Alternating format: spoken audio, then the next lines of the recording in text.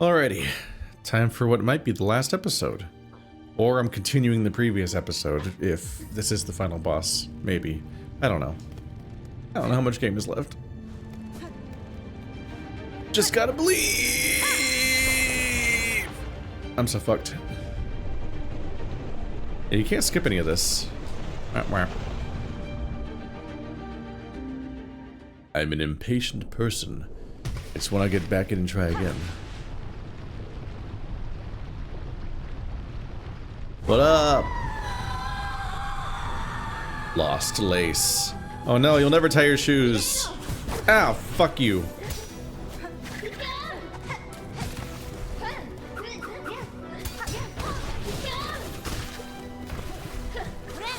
No! Wow. It really does work that way. It's hard to tell in the moment, but that was like scientific proof of how fucked I am. Alright, let's just go ahead and back out. It's fine. So I collected my silk, and that means my silk's full, so I should have enough to heal twice. I then tried to heal once and got hit, and then I had 0 silk. Not half silk. I didn't lose 1 heal's worth of silk. It didn't just kick me out of the existing attack. It completely took away all of my silk. That's wild that it works that way. I haven't even been sure that it worked that way the whole game, because in the moment I don't necessarily have that continuity of thought of remembering exactly how much silk I had and keeping track of that accurately because I'm in the shit, as it were. But that was just such an immediate, like, get silk. Oh, I know that fills it. Got hit. Oh, it's empty.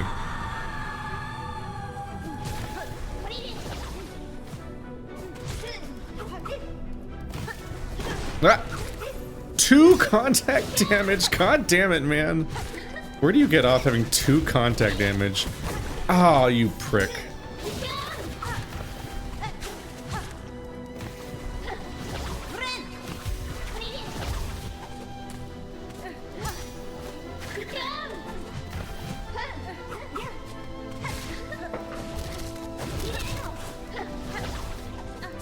I got a little boo. Whoop.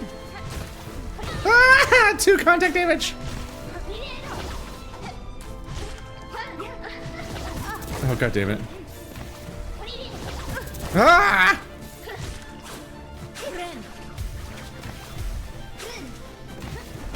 Ah! 2 contact damage! And it's a combo. Like, she's already attacking me. But she gets to hurt me for free on contact. Obscene. Oh, god, fuck you.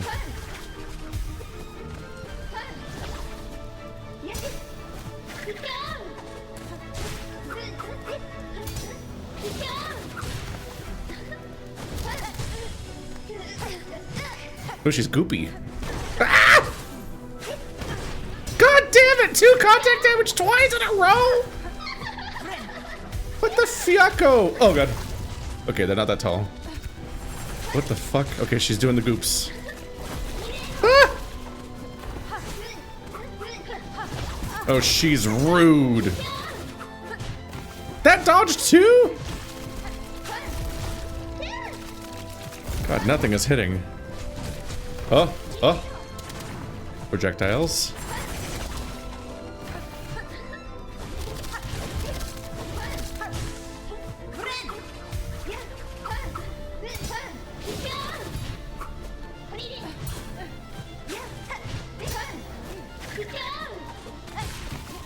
Ah!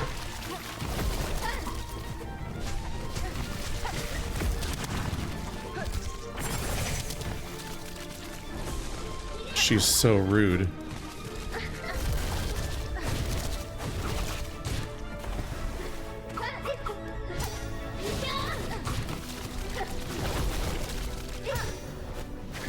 Ah, she didn't do the other one. Damn. Having 2 different dodges is rough. For 2 different counters. Oh god.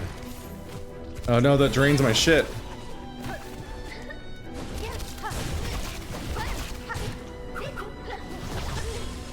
Oh, that's good.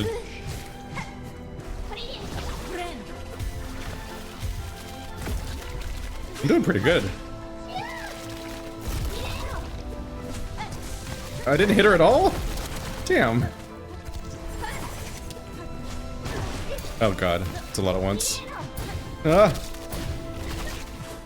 Ah!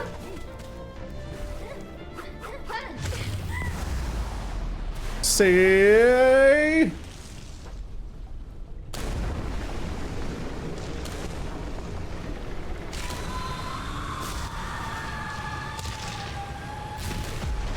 What's up?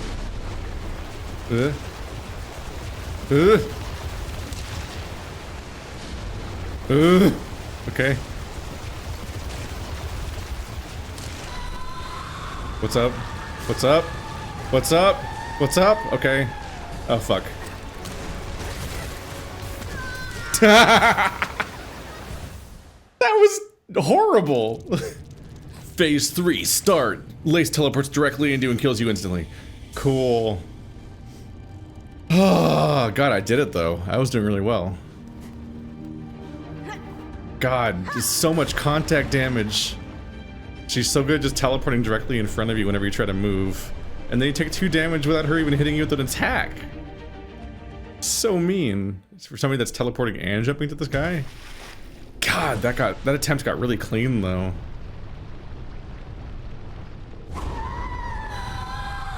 So...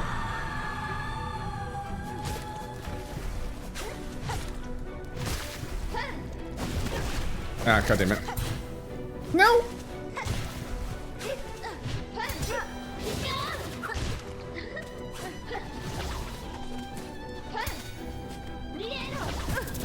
Oh, you prick. Gah!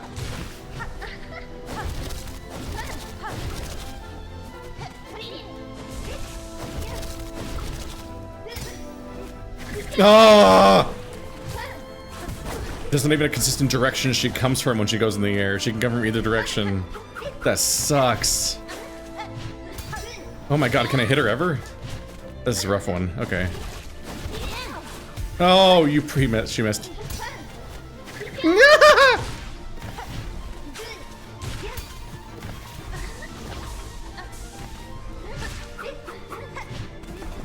Ah!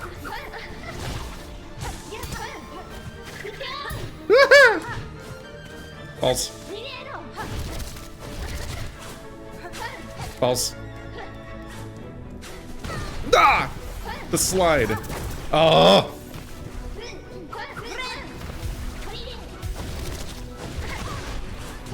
Ah!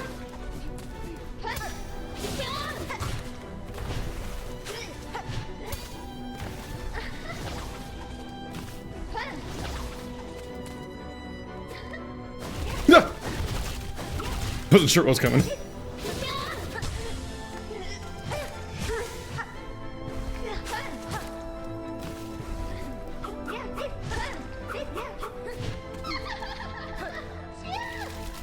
Okay. This must be phase 2. Ah! I didn't see her.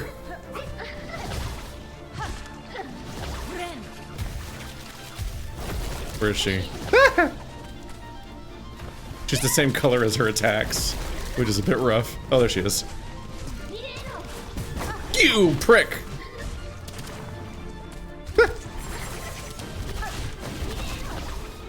Oh, that attack.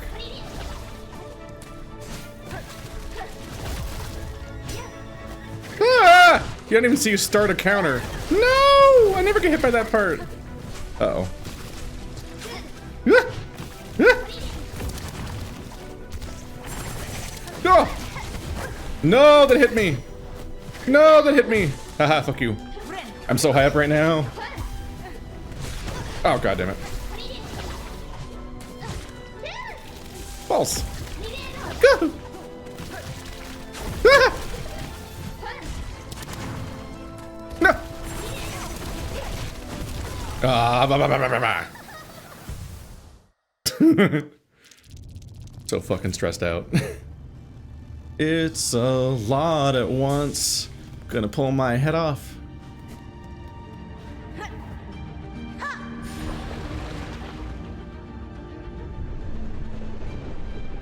I'm feeling pretty alright at video games tonight.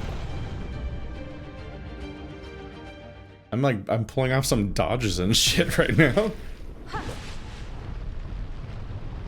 It's like I'm 22 again instead of... I'm gonna be 36 in April.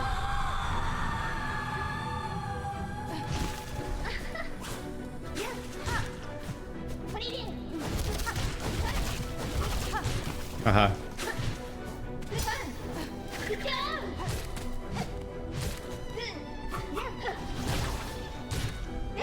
God, I'm hitting her so much right now. What the fuck?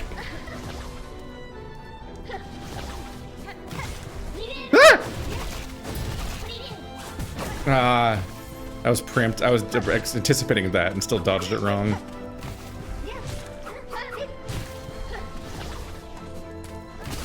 Oh, got it. I collected it by accident. Ah! Even when I know it's coming, I dodge it wrong. It's hard. It's just such a huge attack. Ah! I need to stop talking. Oh, I didn't jump right!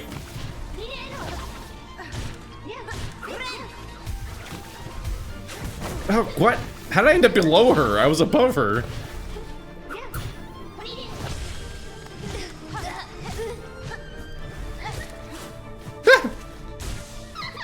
Got it for the double jump. Ah, damn it.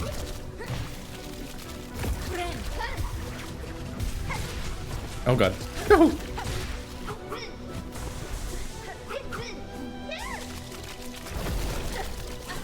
Oh god damn it. I don't like that she spawns inside of her own attacks.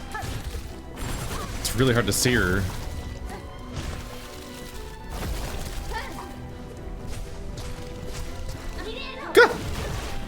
God damn it, the trail. God! Fuck! That was going well. It completely fell apart. Oh, my eyes are getting dry.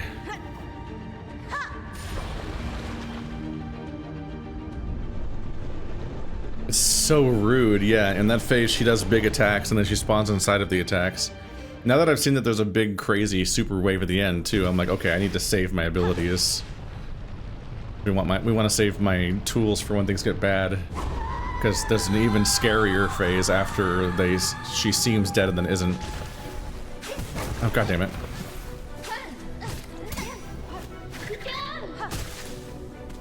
Well, I managed to not hit her, but I did waste my silk, so that's fun. God! Fuck! Okay, it's fine. It's such a fucked start. Let's just go ahead and skip that. I think I hit her like once and got hit 4 times or something nonsense like that. Like, Jesus. Even that obvious opening where I'm like, oh, I'll hit her in the air here. I managed to only hit the silk, I think, and not her right in front of me. Wild.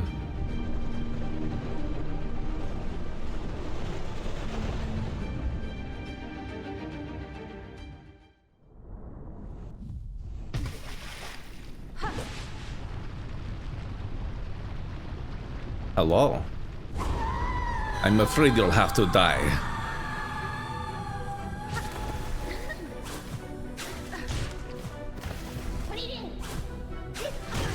Ah, contact damage. Oh, god damn it.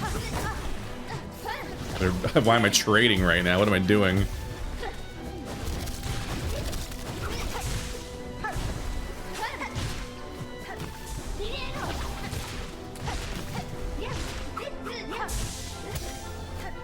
Ah!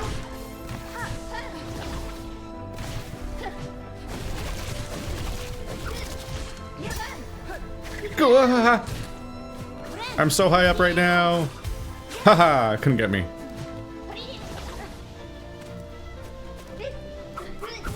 Ah, I didn't think that was that far long range. Damn.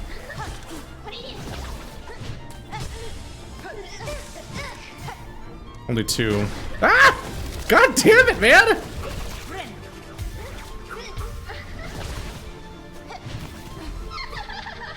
Phase 2. Check. Oh god, it shot higher than I thought it did. Okay, I'll take that parry. Ooh.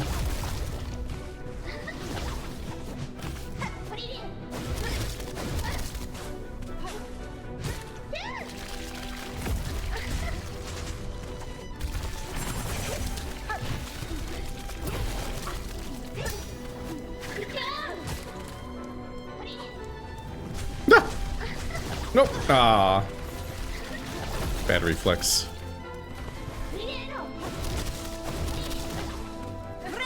I run the other. No. God, that's such a long animation. That's my fault.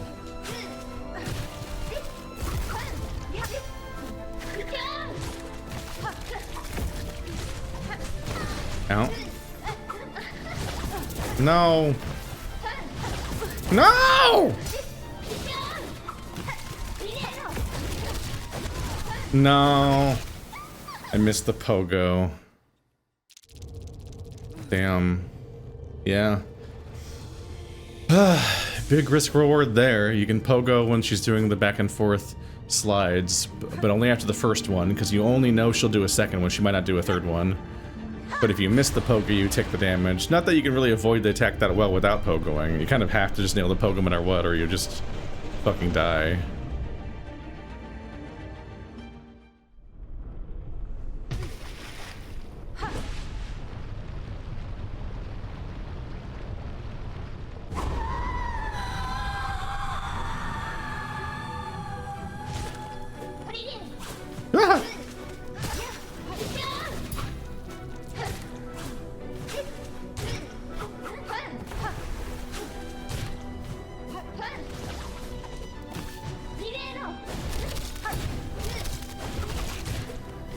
I think she always does a 3-hit combo at the beginning of the match, and she only turns into doing variations of it later, seemingly. No, that's sort of doing it now. I don't know.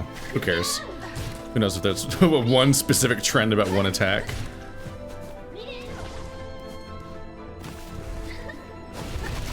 Oh, god damn it! Ah! It's so annoying. Oh god damn it!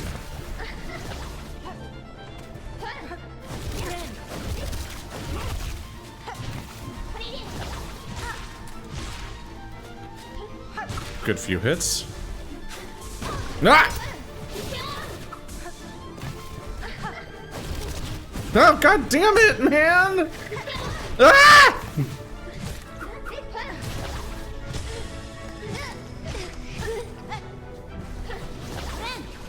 So many annoying near misses.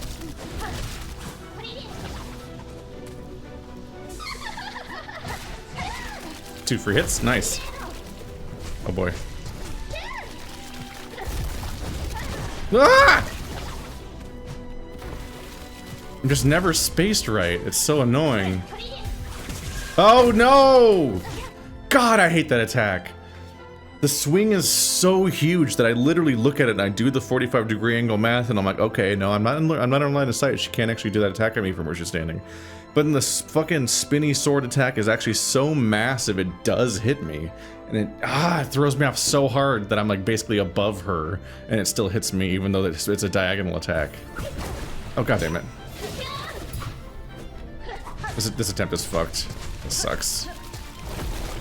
Where is she? Oh boy. Oh, I missed the opening. Ah!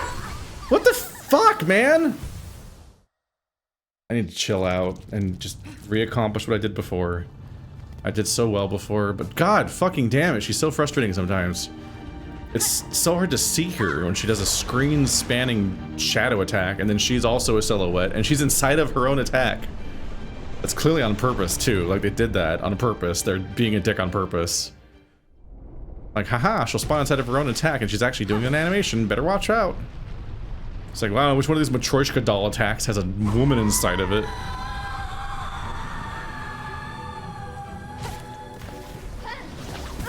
Oh god, it's so long range.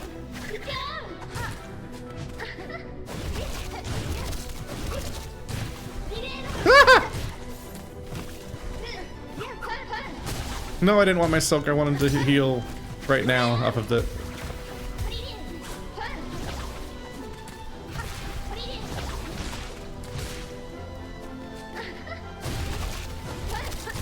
Oh god!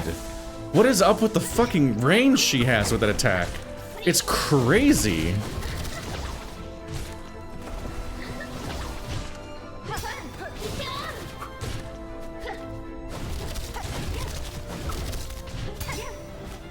Ah!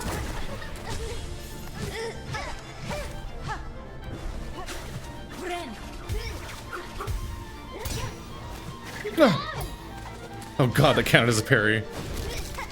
When in doubt, fucking swing your weapon and pray. Oh god. There's so much silk inside of her right now. Ah! I thought she was gonna be gone. I didn't think she was just gonna stand there and punch me. It's not usually her style. Oh! Didn't see that. Fuck. Oh, that's really bad.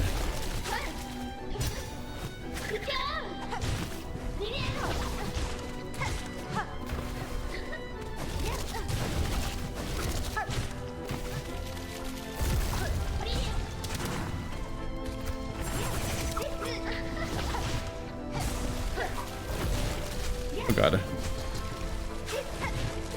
I miss. Ah! Oh, it's really tall. I'm gonna go so high up. Fuck you. Oh shit, she still got me. Oh, she's really got me. That's the whole heal gone. Oh no. Oh, fucking contact damage, man. I'm trying. Okay. Ah, I thought I was salvaging that one.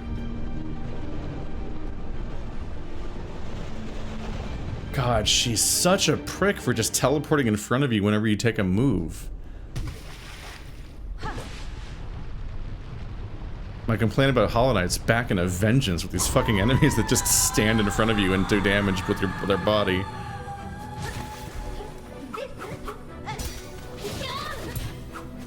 Ah, it's all parried.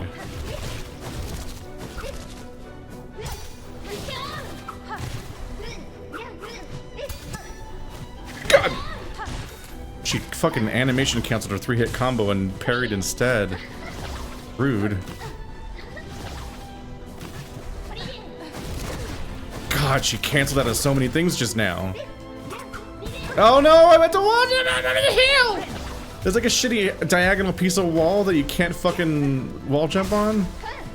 So I thought I was gonna wall jump and instead I fucking shit the bed. Gah! Gah! Okay, I'm salvaging it kind of.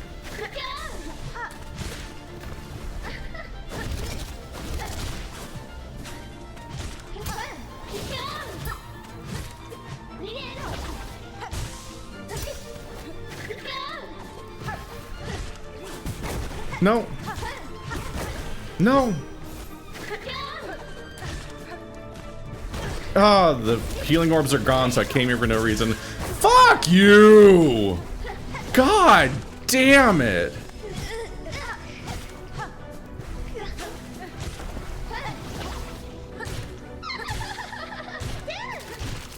Four pogos is crazy. Don't you dare. Oh god, that's a lot of projectiles at once. Okay, she jumped.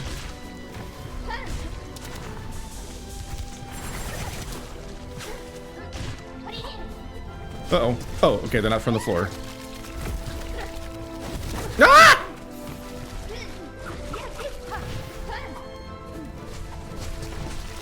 No!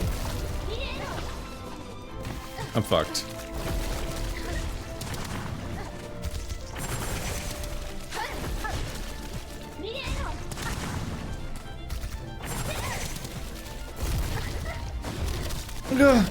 God, no! I made that part last for a bit, but fuck. Oh, I have not been back to phase 3 for a while. God, my eyes are drying out from staring this whole time. I'm afraid to, like, blink.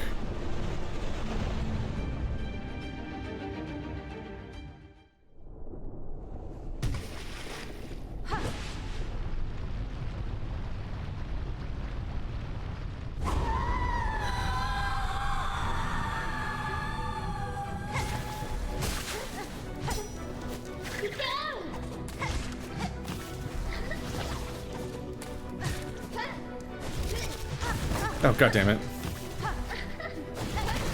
What? I thought I was hitting her. God! My entire health bar is gone. No! Oh my fucking god. I'm just winning. I'm just losing every 50-50 here on where she might go. Insane. Yeah, I know you're going up because I'm up. Ah, god, fuck you.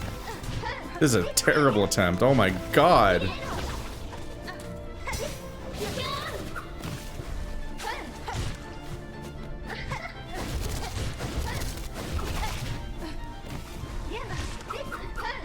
I cannot believe I hit her in the face before that combo and then ran away and hit her in the face afterwards. How did I get away with that?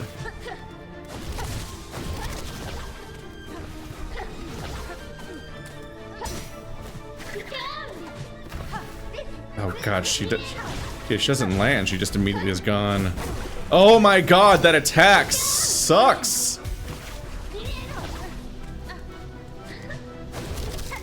Its hitbox is so fucking weird, man.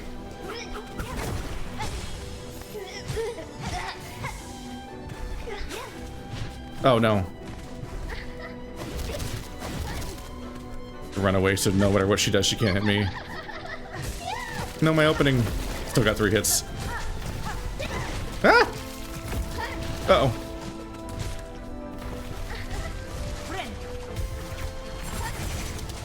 Two in a row? Okay. Oh, it's so tall. It's so much taller than I think it's gonna be. Oh, I dashed into it. No. Don't hit me up here. Ah! That's bad. Ah! Oh god.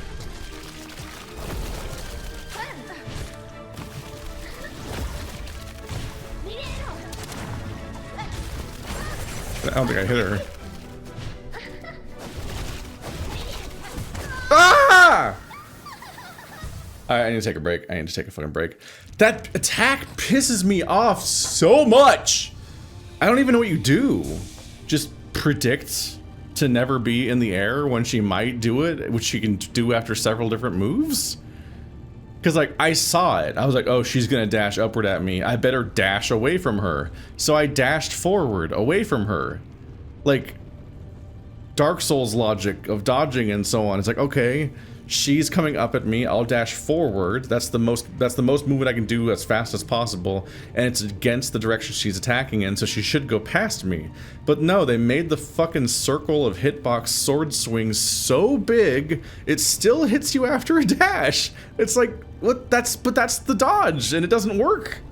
It's such an insanely powerful move. I had a pastry with red bean paste. Give me all of your red bean paste, please. I would like your red bean. Wait. The music started, so maybe that would have worked. I had a moment of like, wait. That's not how this works. That's not how this works at all. God, I'm gonna be so chill and zen. I'm not gonna get hit a single time. I'm gonna be like Neo from the Matrix. I'm such a Sigma male. I'm such a Sigma male who's playing as a female Hornet who's a spider.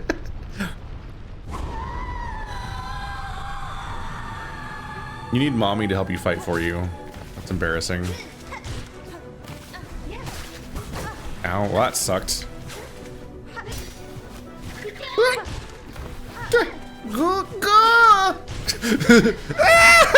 Stop it!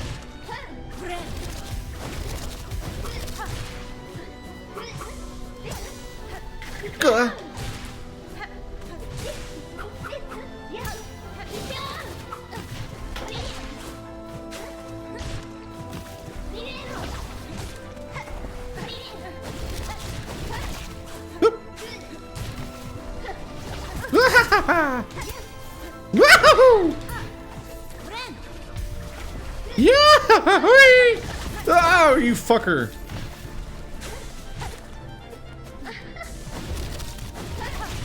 Gah! Wasn't that many hits? Woohoo! Go! Woohoo!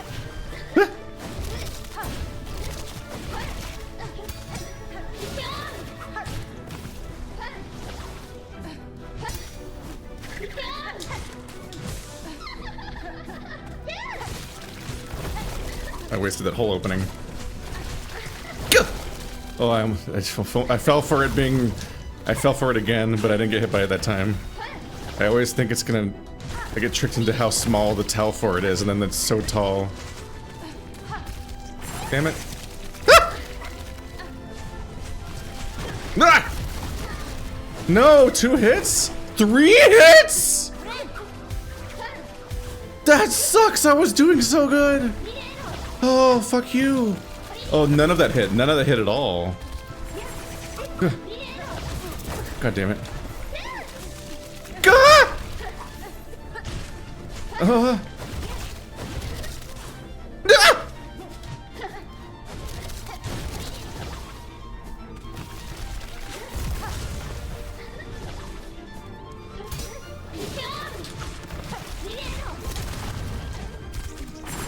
Ah! No! Alright. Motherfucker, I was doing so good for so long. Even that should have been a safe healing moment, but she happened to summon the fucking projectile attack at that exact moment? That's the worst thing that could have happened. Damn it. I'm like, I'm gonna jump in the air and heal. I can get higher than she can attack me. Nope. The one attack, the only attack I think, is the one where a bunch of fucking projectiles shoot me in the face. Ah.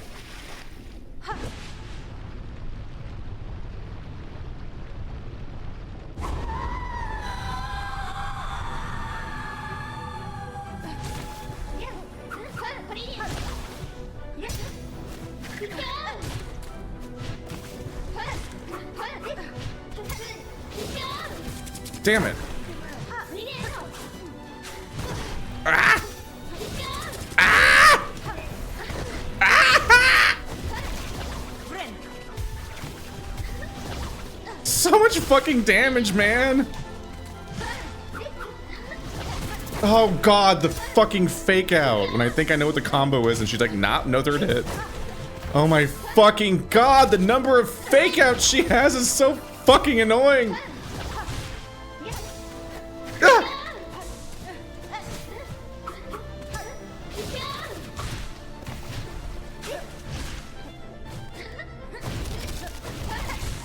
Gah!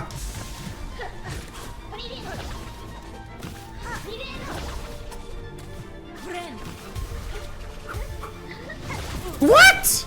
Why would you even think to do that? I wasn't there. Oh my god! I hate this fight so much! It's not that bad. It's oh my god, it's so fucking infuriating though. Ah!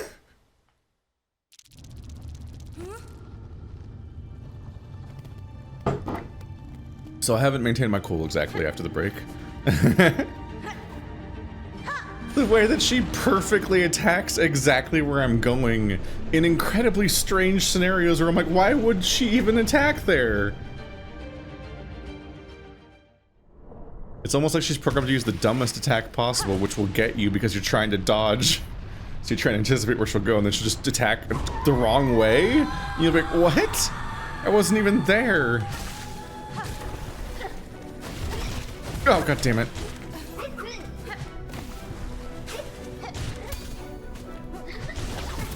Oh my god, it's so tall. God, her hitboxes are fucking huge. Ah.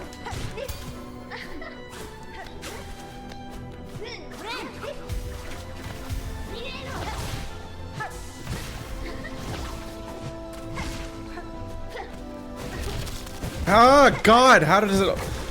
I can't believe it misses so bad when it looks like it's definitely gonna hit, and then I'm so far off somehow, as if I've never seen the attack before and don't know where it's going?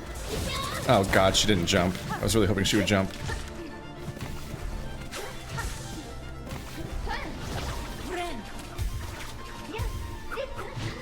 Gah. I got hit twice during that? Oh my god! So much fucking damage! Every second of this fight multi-hits me, so I take 4 damage. I missed the opening. Oh, she didn't teleport away. She always teleports away. I died? Oh, they spawned the thing under me. God damn it, man. She so reliably laughs for a bit and then teleports away, which always makes it seem like an opening where you should just wail on her, and I regret it because I'm always too far away, and so I miss the opening of it. But then that time she just punched me in the face, and I'm like, oh, I thought you teleported away. It still might be worth it to just beat the shit out of her during that part and just get as many hits as you can, because, oh my god. Ah! Feels like I'm doing so well for like half the fight, and it doesn't matter because of course she can just take me out in 3 seconds when a bit of it goes bad. Ah! I don't know why I act like I don't know what you're gonna do there. Oh god, I didn't even get the hit? What's the point? I don't even get the hit. Fucking traded at point blank range and my hit doesn't count. God fucking damn it, man. Oh my god, I'm trying to dash away from where I think your attacks are coming from and then you just teleport there! Losing my fucking mind, man. God damn it! Stop!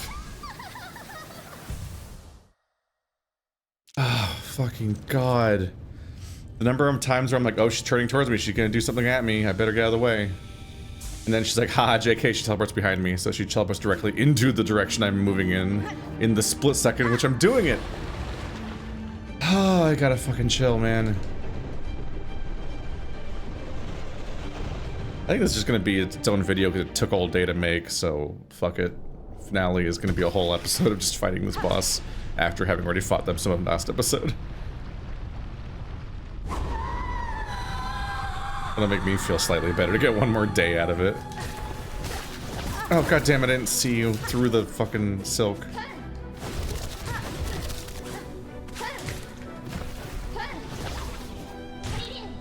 Oh god damn it.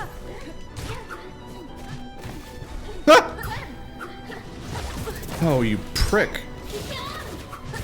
That was, ah! Every time I try to take a step away, just like one step away, she fucking teleports directly into me. It's so fucking out of control. God. There's so many teleporting enemies, but they normally teleport away from you. Or they teleport with a big tail like Trobio or something. She just fucking teleports directly into you half the time. That's insane.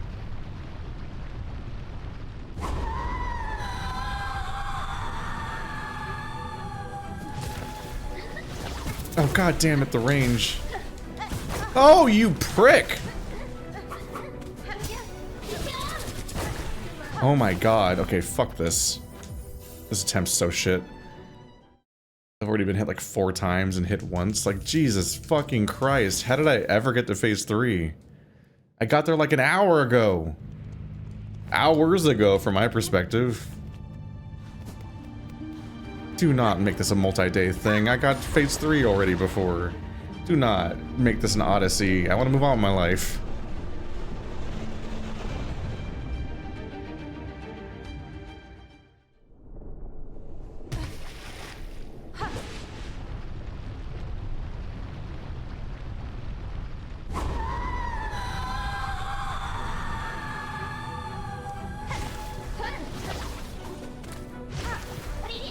Oh god, again.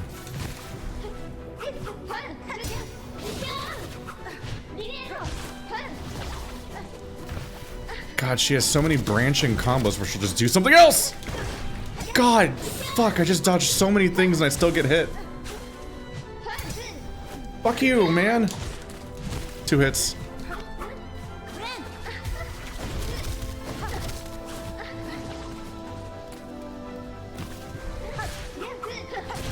Oh, big opening. Ah! What the fuck? I wasn't even running around. You just teleported directly into me. What a fucking prick move. Oh god, fucking damn it, man. I'm specifically trying not to dash because she keeps teleporting in front of me, and then she teleported in front of me when I was at moving speed. It's just like how human reaction times work. God! Fuck, she parries with no warning and I don't know which fucking thing she's gonna do! Where do I go when she parries? It's not fucking fair at some point, man!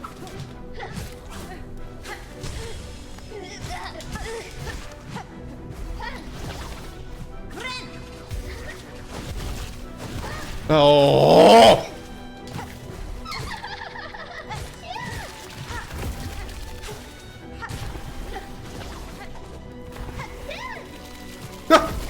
God damn it.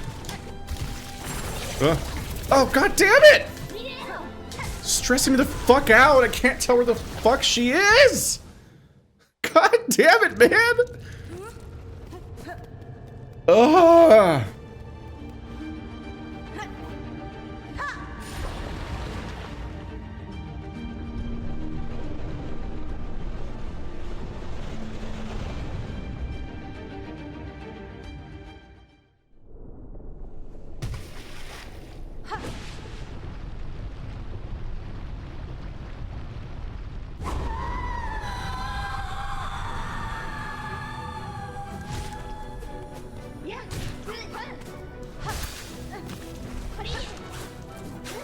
Ah!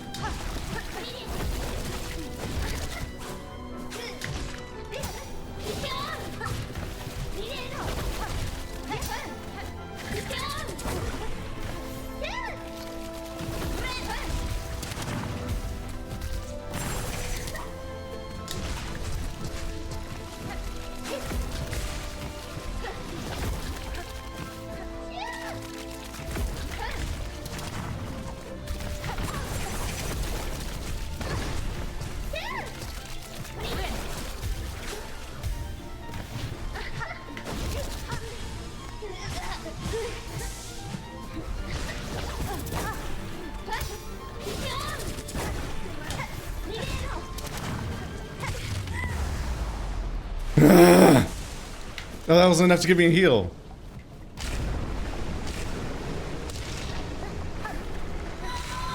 Wait.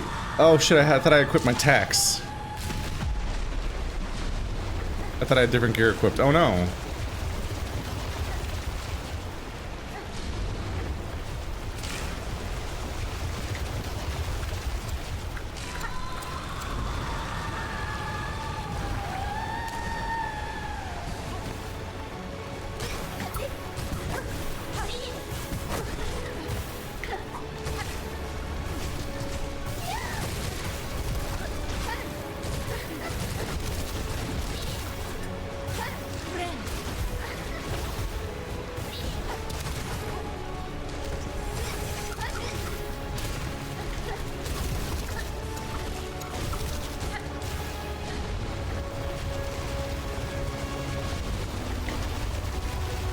No!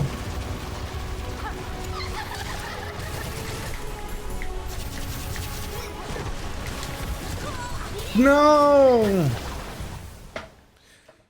God damn it. I locked the fuck in too. Damn. I thought I had different items equipped. Shit. I thought about equipping them, then didn't, apparently. Like, these are the ones that I've been using for when I'm really like, fuck you, boss.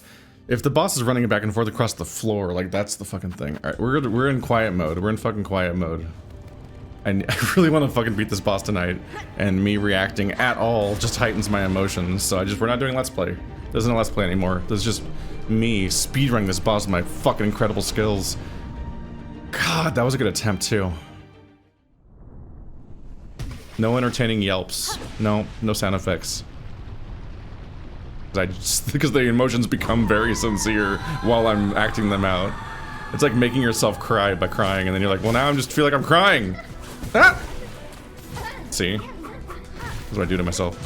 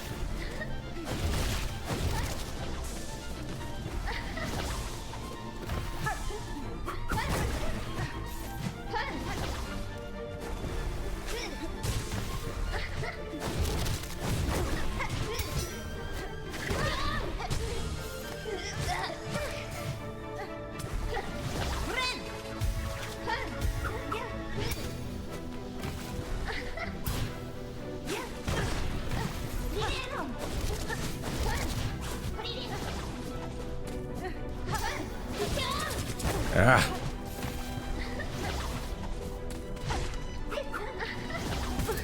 It's so long range, man. No. Oh, I don't have a heal.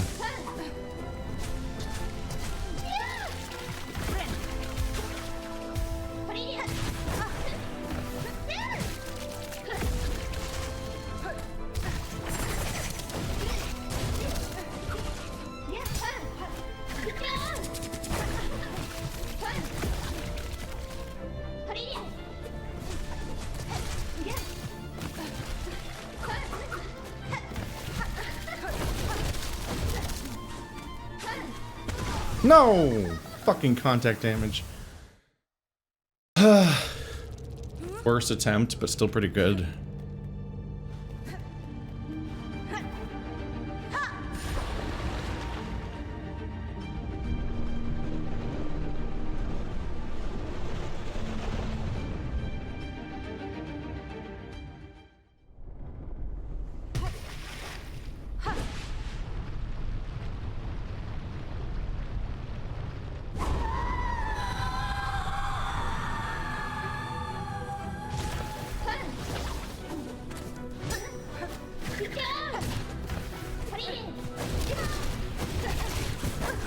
God, fuck.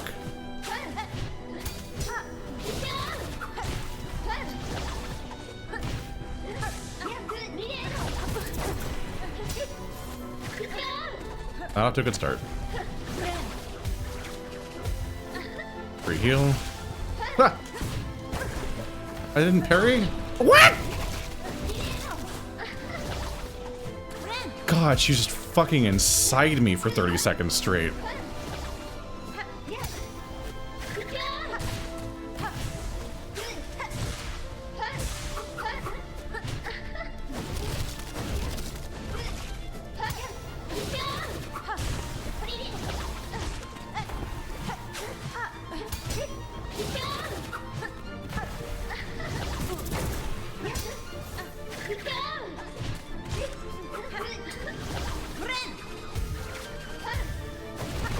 Ah!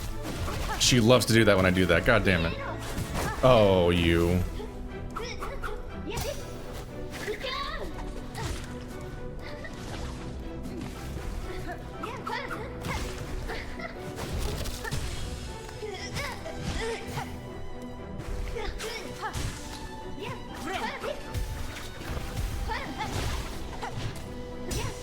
Oh, that fucking...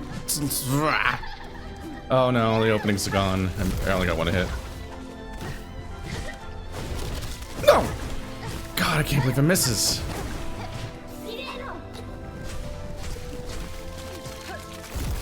God. I'm fucked.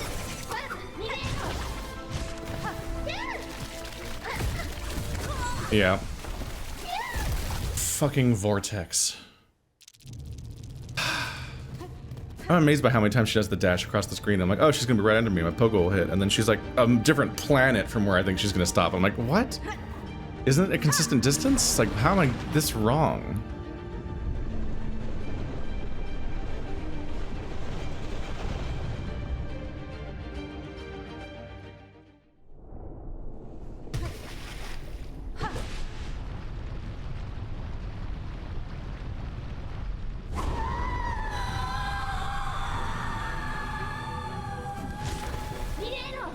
No. Ah, twice. 3. She went for it again. Oh my god.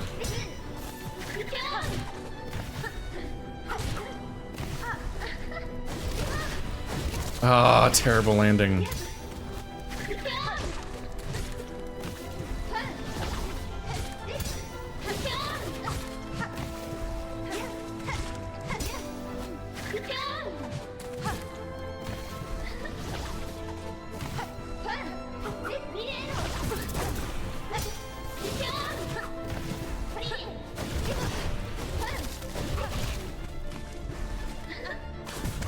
Ah, my heal.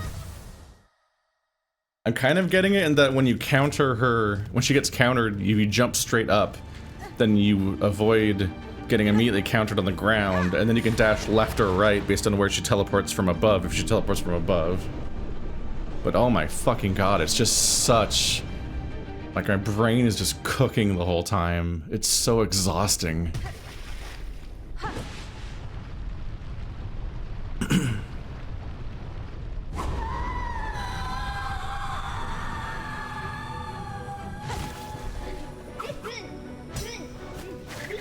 I didn't do my own advice, but it worked that time.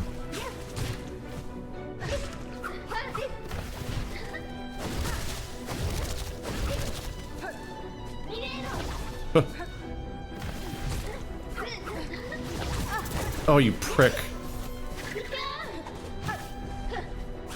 Oh, you prick.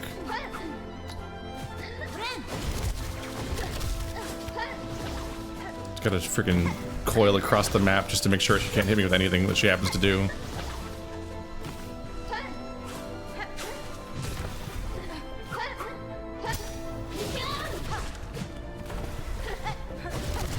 Oh god, fucking...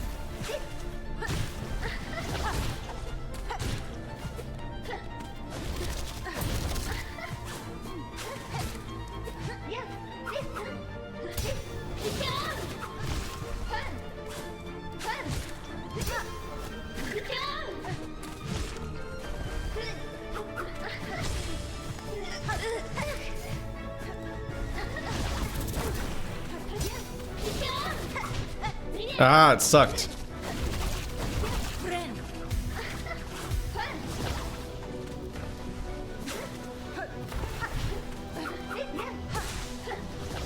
No, you...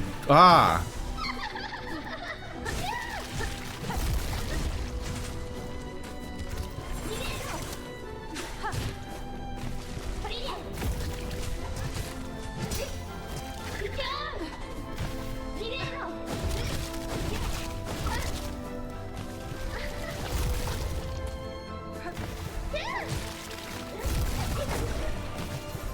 No!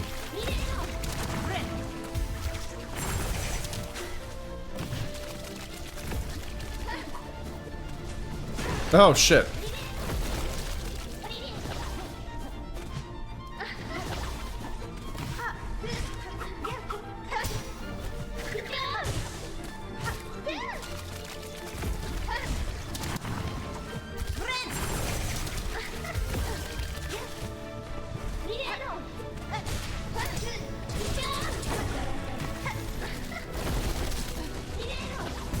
Ah!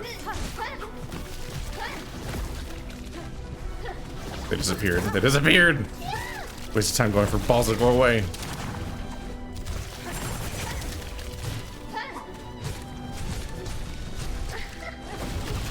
No!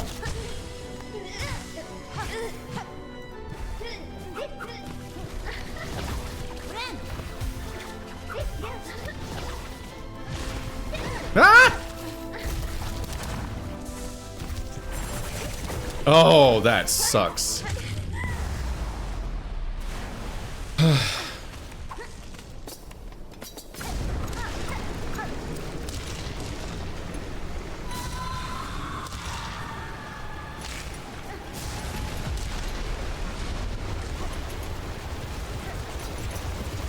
Oh, does it destroy the tax? Only the ones that were on screen at the time, I think? That's weird in its own way. Well, I wasted that attack.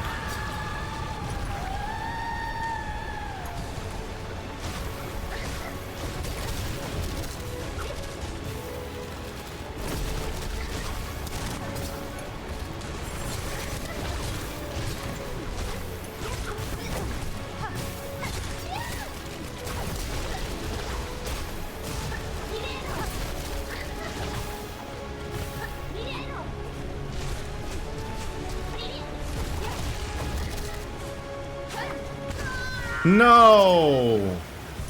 Contact damage because I made the mistake of fucking throwing some tax out.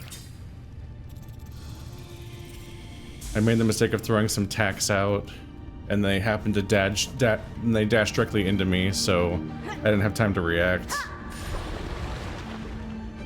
God.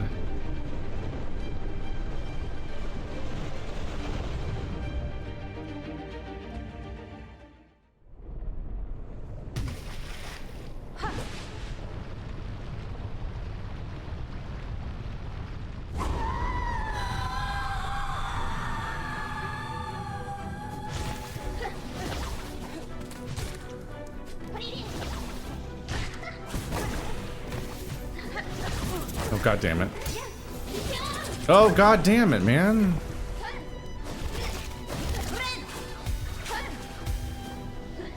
First one's free. Ah, that hit me?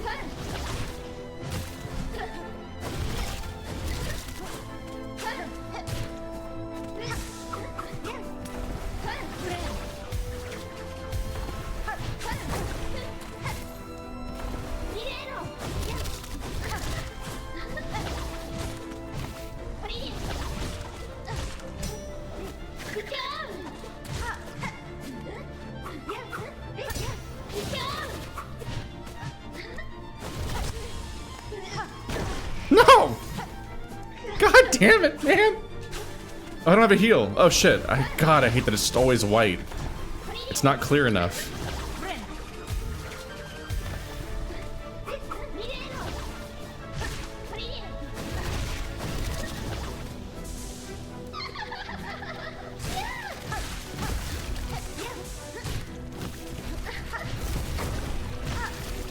Oh, you. Oh, the tuckins and the duckins.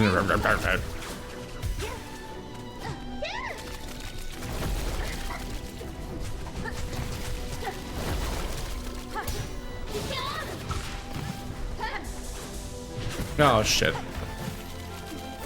Ah!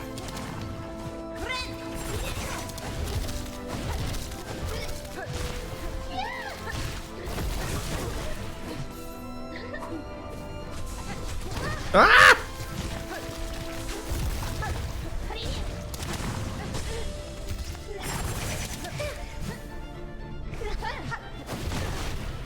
That hit me?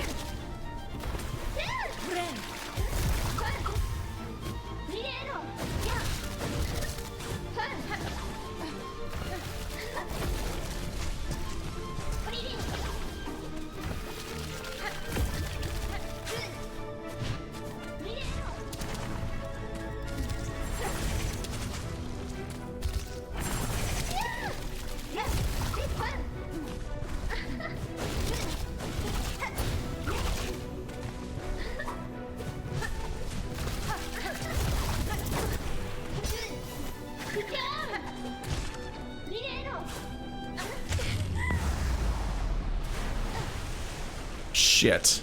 I'd like to have more health.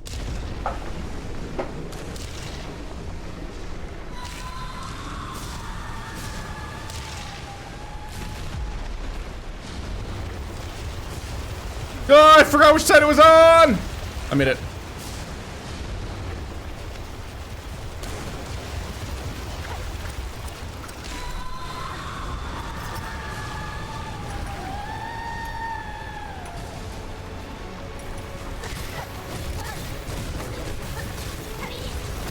Wow! God, there's too much. Oh my God! It was instant!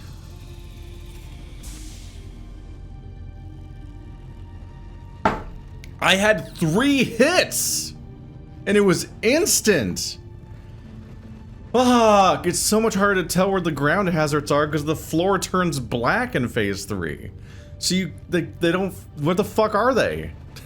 God damn it! There's like no sign of where they are. Fuck! I had to work so hard to get there.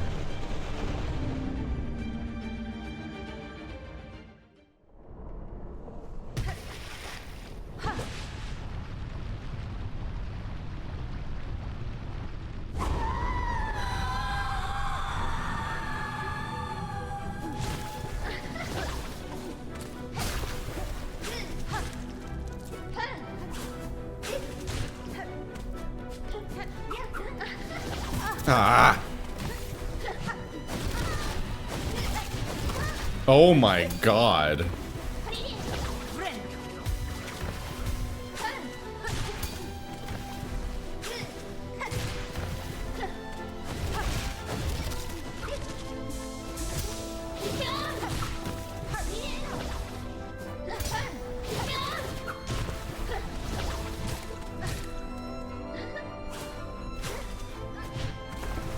Ah!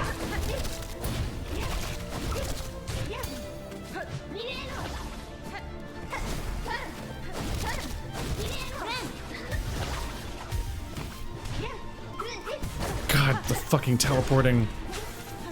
Ah, it's my entire extra heal. Oh my God!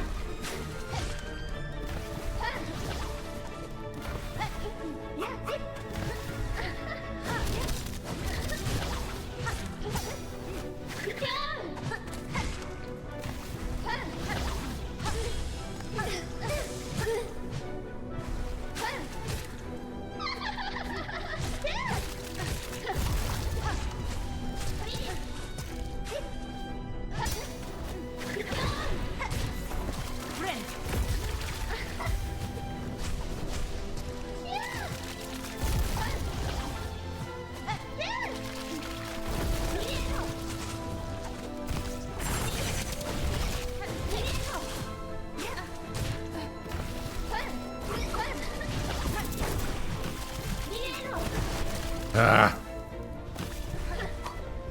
No, no, no, my heal! Fuck you! God damn it, man! No! Ah, God, Jesus Christ.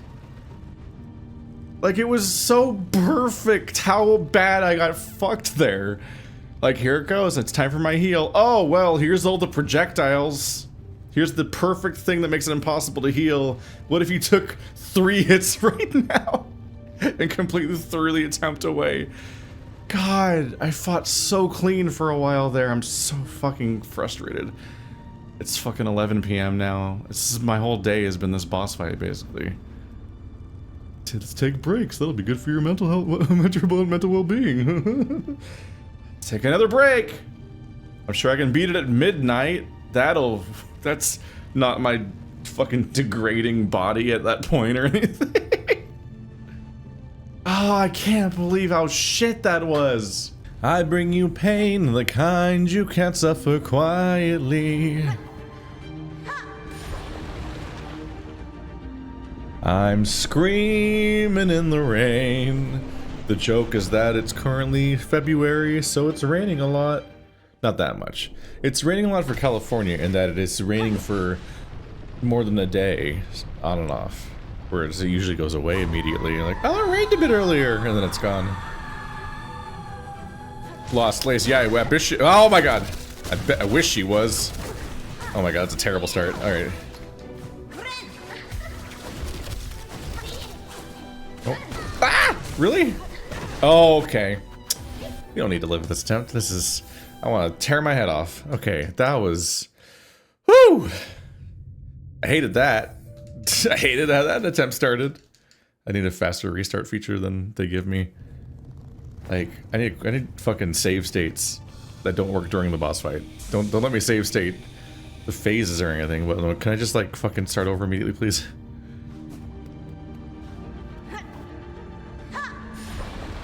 Alright. That didn't count. I mean, none of it counts, and also not all of it counts, but whew, didn't like that.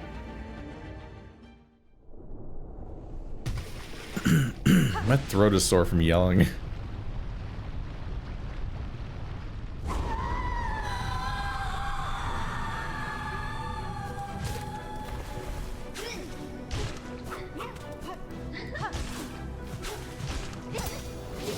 Ah. Ah. That was nothing. Alright. Let's just not. Oh, it's so frustrating when just nothing connects at all. Just nothing connects, and I'm losing my goddamn mind. There's so many tiny little micro dodges that she has where you're like, ah, that hit! I'm going for all these openings and nothing works.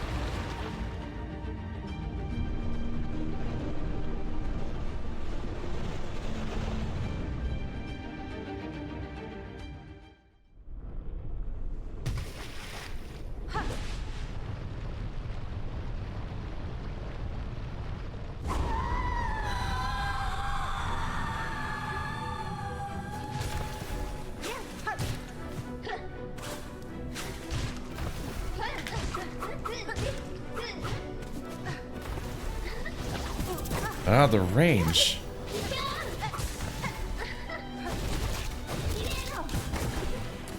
Ah, that's why I always run away from that one. But I didn't. Jeez, there's no reliable thing to do as far as I can tell against the 3 dashes. Ah, it's happening again. I'm trying to explain my own thought process.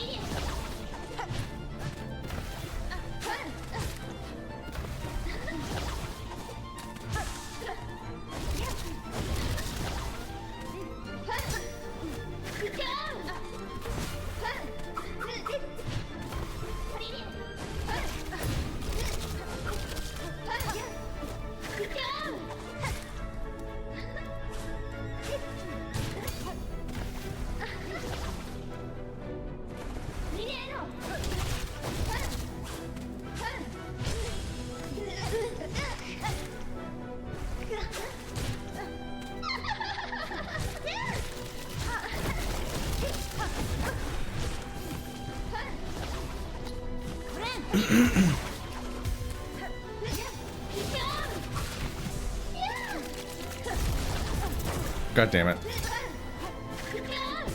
Ah! I ran into it. No! No! Disaster. Uh-oh. No! Gotta recover. Where is she? Ah!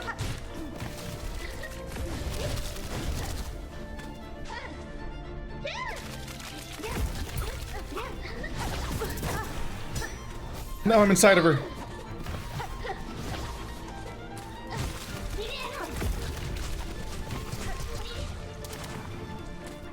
Ah! I didn't know that was coming.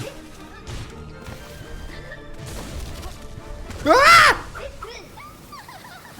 Fuck this fight, man. Fuck this fight. There's no patterns.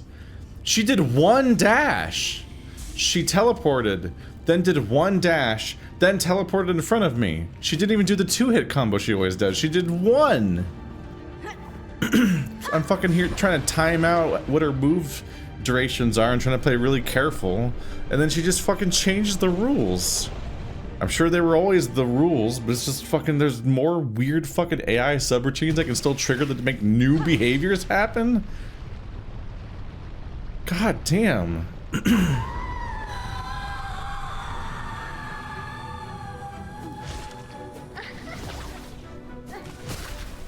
Ah!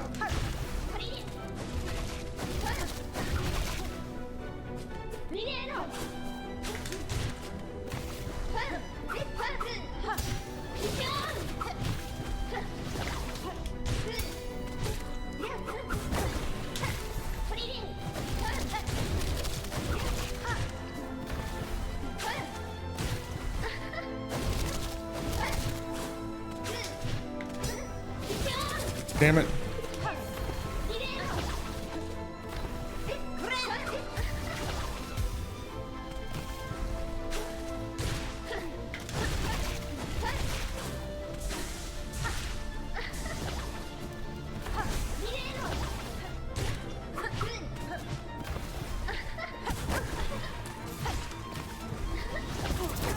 Ah.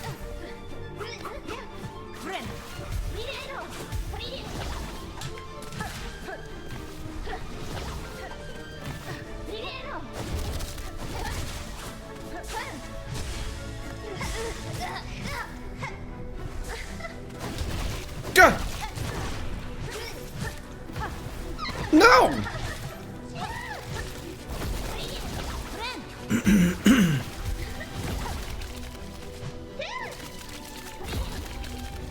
Stop.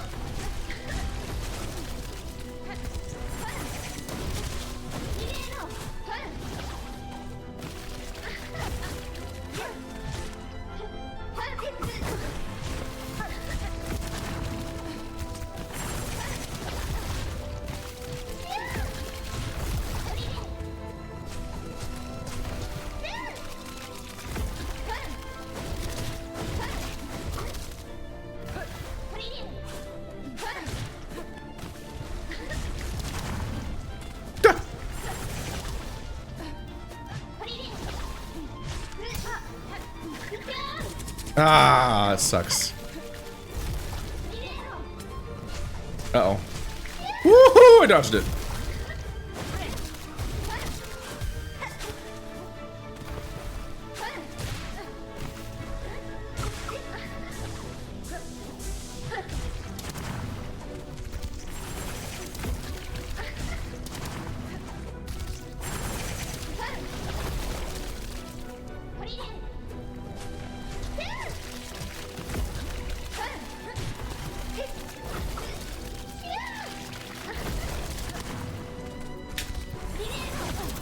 Ah.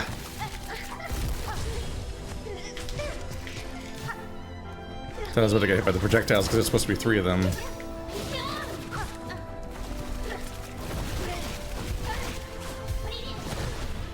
No, that hit me?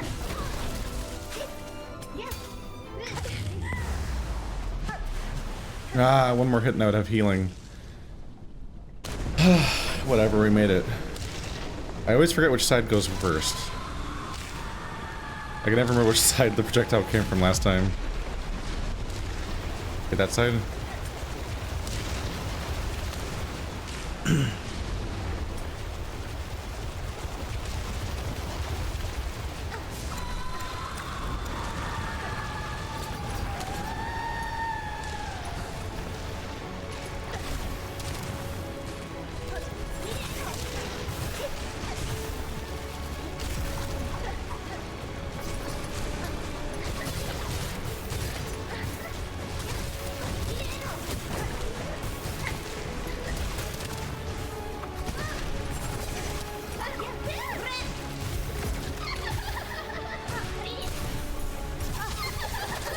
Fuck.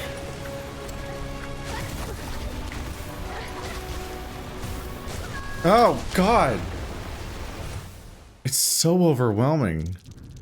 God damn it, there's so much just visual noise and shit going on, man.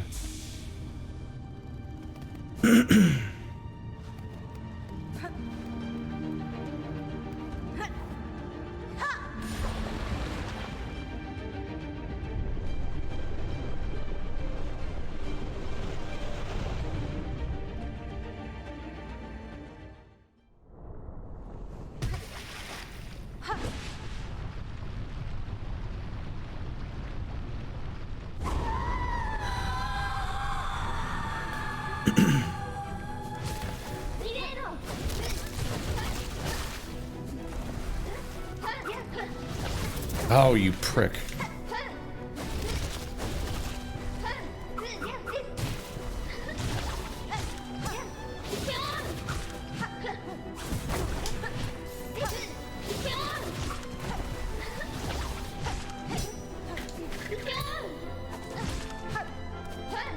It seems impossible to land 2 hits in a row. It seems that when in that situation, there seems to be a big enough opening to hit them multiple times, but they always escape in some, like they always take a step back, or it almost like seems to not count as hitting them. Or they specifically auto parry during the opening. Oh fuck. Stop talking. What is this, a let's play? Shut up. Oh no, what was that? Why didn't that pogo? That was a down strike that connected, and I didn't pogo, so it just fell into her and took damage? What the shit? Ah! What?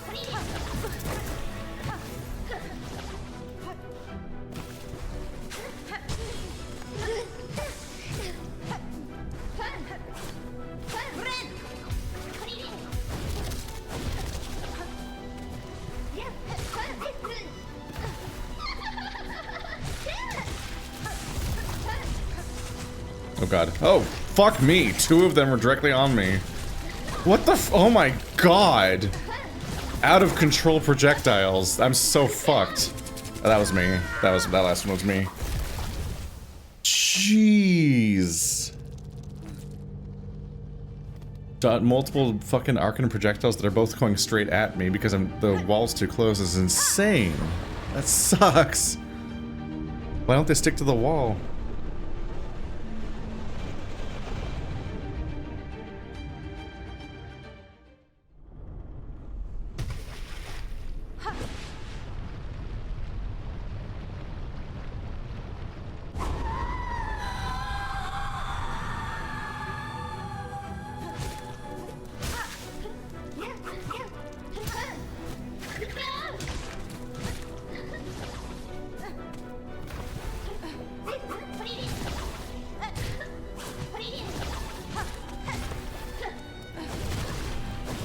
I took a hit from that? God, pogo just does not reliably work.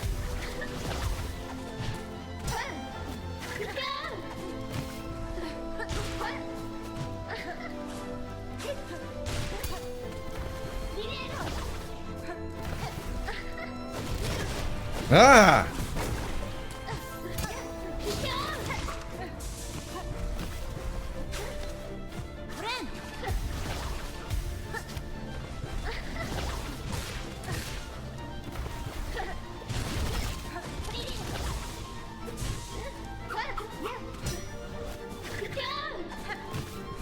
Ah!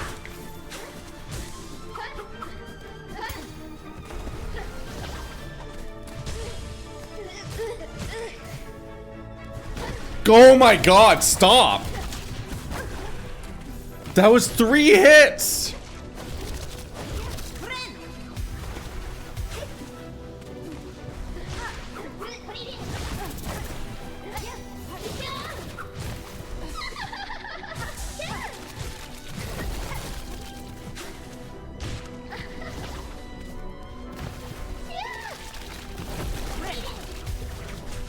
No! Oh my god. This attempt is so fucked.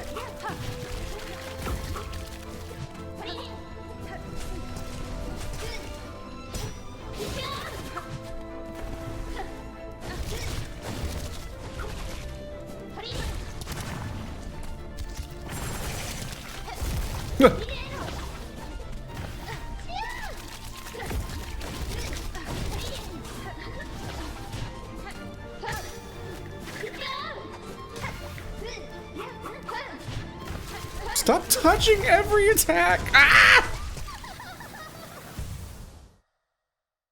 Every fucking swing, she takes one little step and dodges it. It's so fucking irritating. Oh my god. There are so many openings where I swing for her and it's gonna hit her hitbox and it doesn't. She just escapes everything.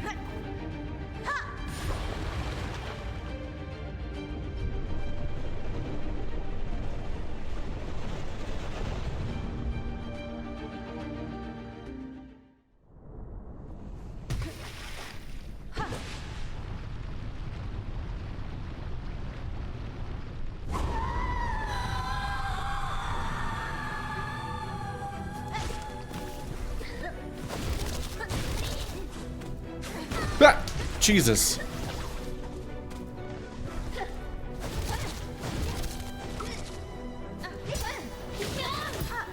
What? Why would that be parried? I was behind her. Actual nonsense.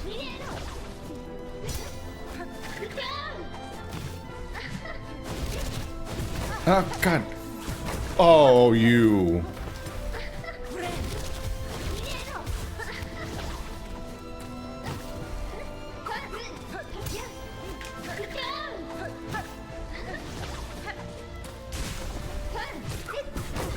God damn it.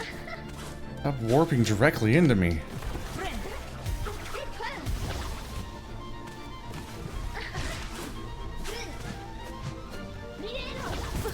Oh, God damn it.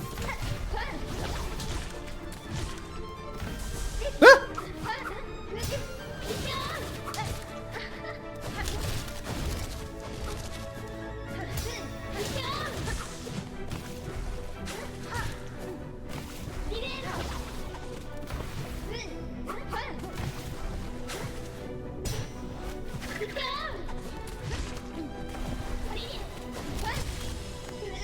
No!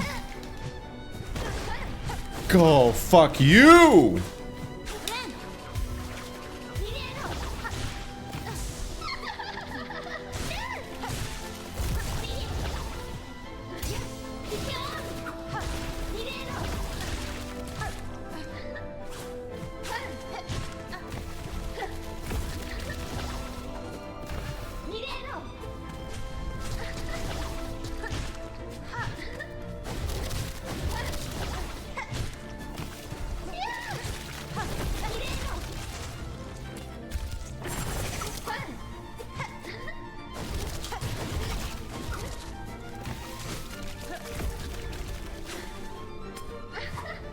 Nope.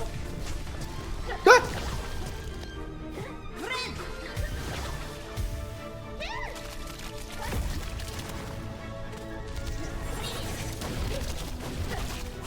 Ah. Ah. Ah. No! God damn it. Fuck! I was doing good, and then it fucking disintegrates in like 5 seconds. It all goes wrong.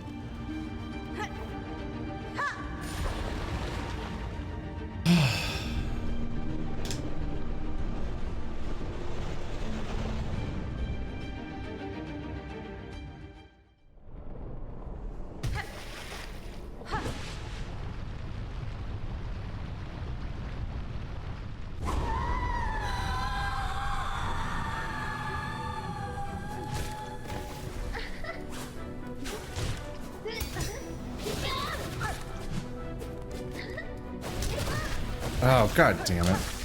Every time.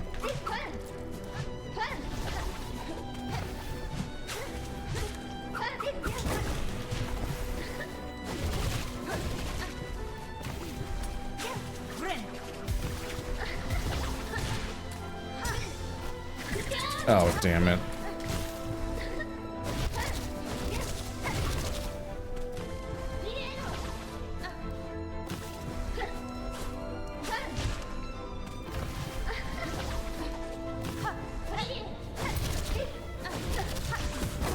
Oh, god damn it. Well, you just gotta run away. There's no safe way to react to that combo. It's got too much variability where it specifically attacks you in the place you would go to counter it.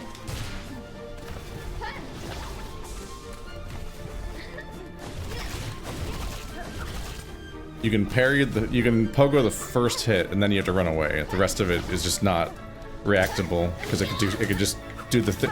It's fucking behind parry again?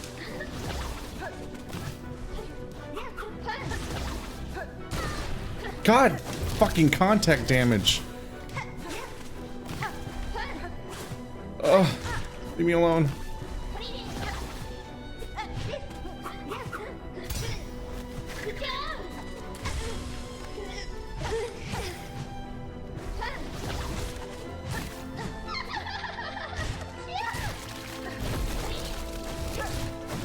No!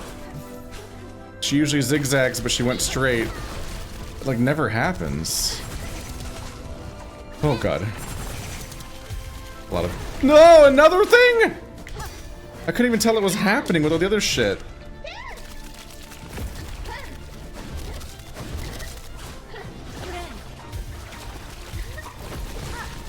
Oh god. Fucking— Oh god, there's so much stuff to process. What?!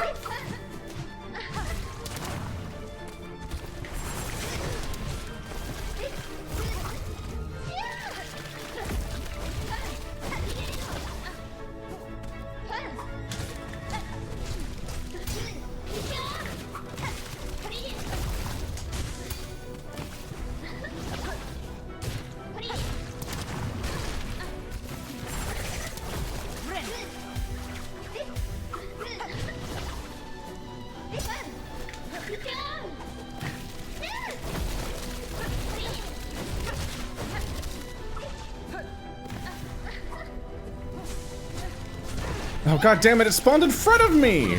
You spawned in front of me! Fucking stop! God, that was stupid of me, but I'm so fucking pissed.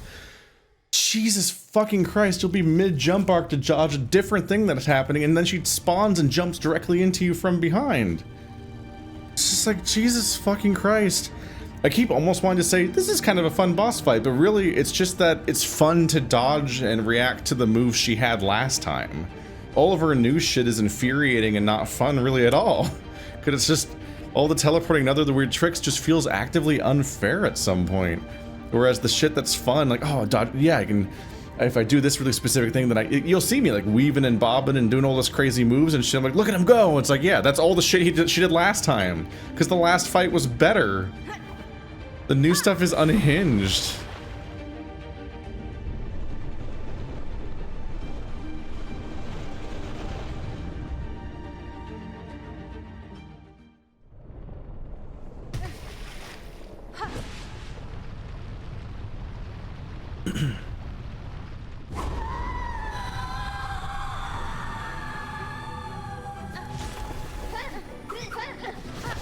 Oh god, fucking really? Why the fuck can she parry when you're behind her? That's actively nonsense.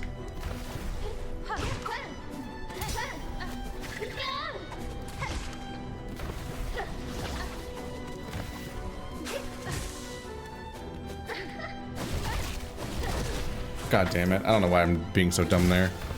And I just wasted that. I should have healed separately. Wasted my silk. Oh god damn it.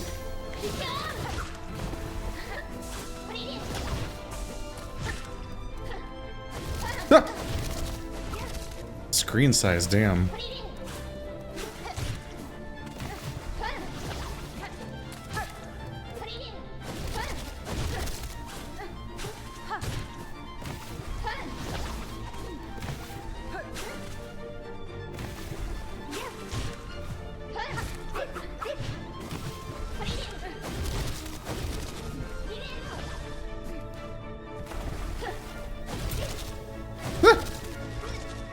Got through it, I guess.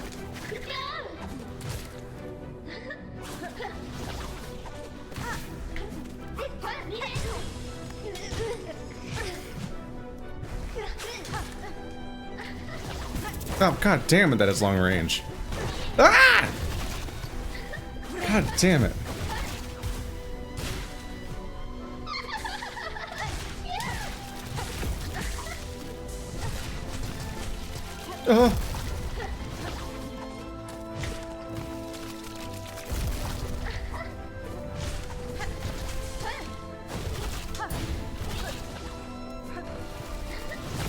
Ah, fuck.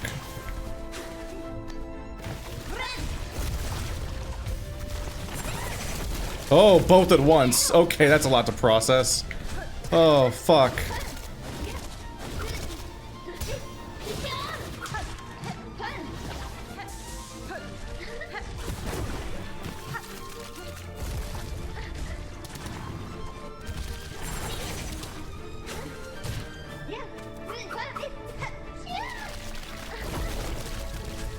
Oh, shit. Oh, god damn it.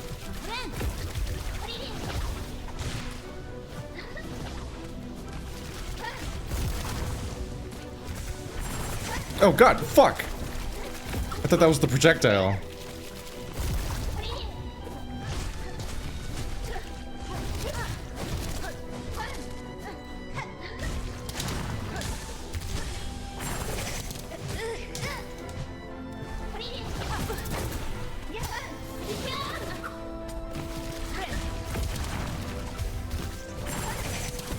Oh, you prick. No! My heal! It's all gone. God, nothing's connecting. Oh, no! That's a terrible time to phase transition. I should just fucking give up. Like, why watch the next 30 seconds if I'm gonna fucking not get to do the fight? Oh, god damn it. Alright, well, that's one way to do it, I guess. Fucking got distracted during the transition and forgot that you have to fucking dodge during the transition. I genuinely zoned out, like, okay, fuck, here comes round 3. I just fucking, it's fine, it's fine. It was literally completely a lost cause. There's no way that I'm gonna generate a heal without getting a single hit in that phase.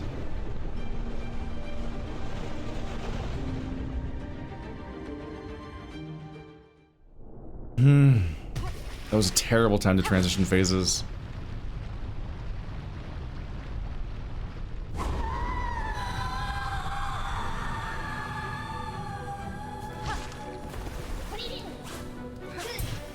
That was a deflect? Damn.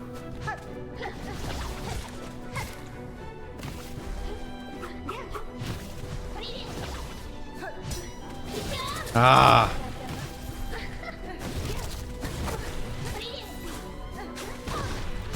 It's one thing to have a plan for deflections, but it's hard to plan for the deflections happening, because how do you know they're gonna happen?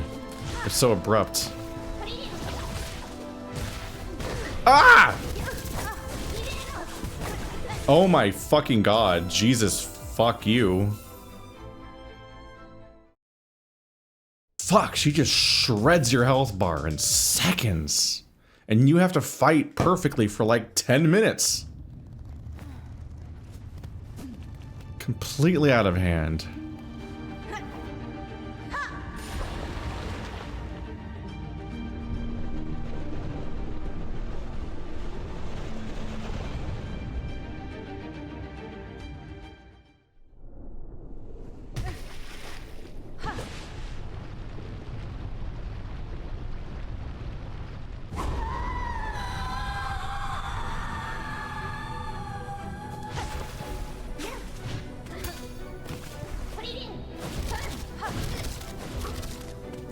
I like zoned out. I really just zoned out there and just was not playing right. But I haven't been hit yet. Fuck. Alright, you know what? This is clearly just fucking not in the headspace that attempt at all.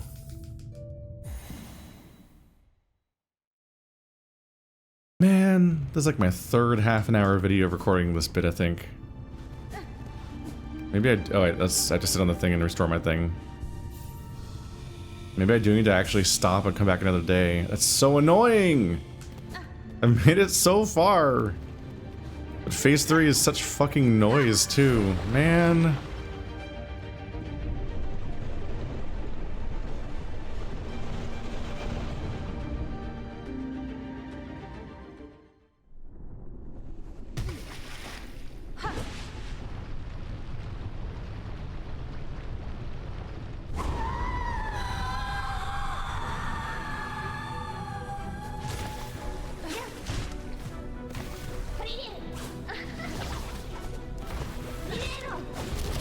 Oh no.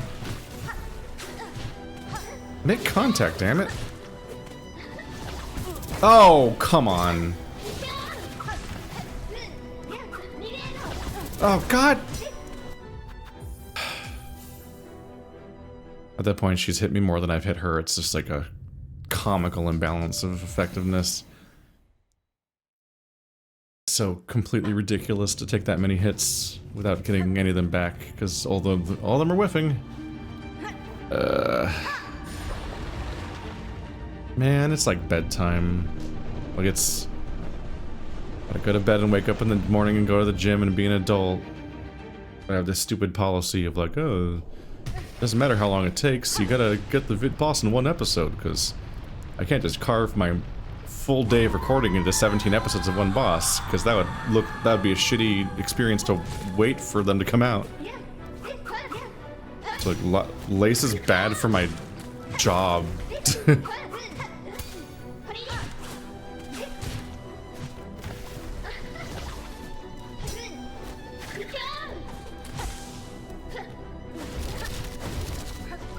Did not get punished for that. I fucked up bad, but I got away with it. I'm playing super sloppy right now and just not getting punished for it very much this time.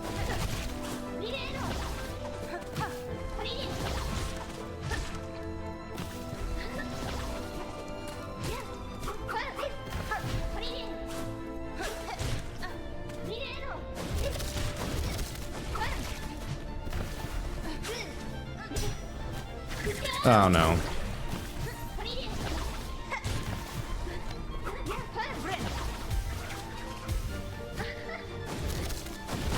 Ah, damn it.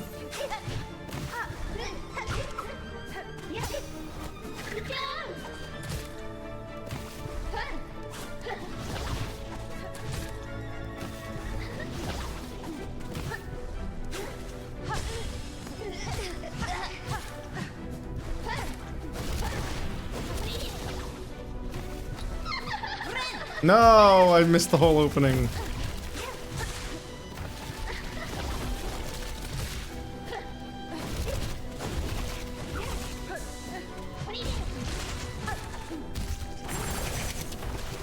No! Damn it.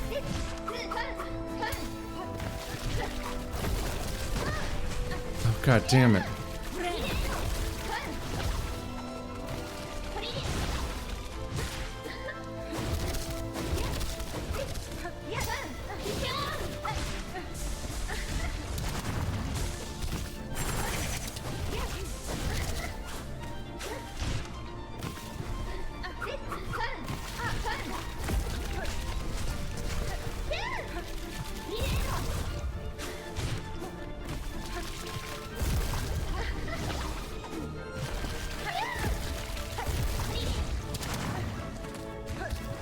Ah, you prick!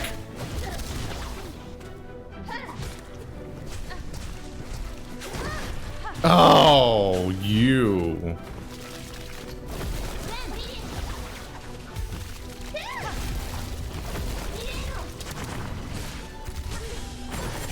Oh, that sucks. Oh, that sucks! That sucks!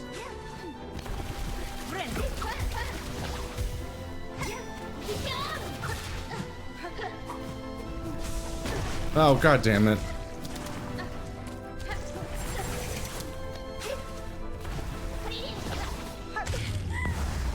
Okay, that's kind of okay.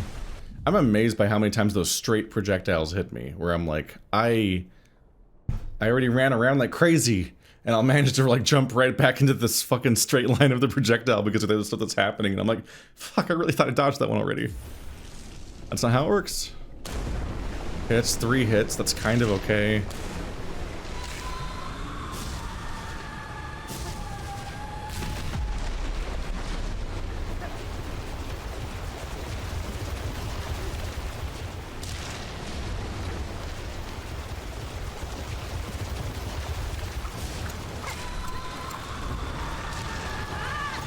Oops.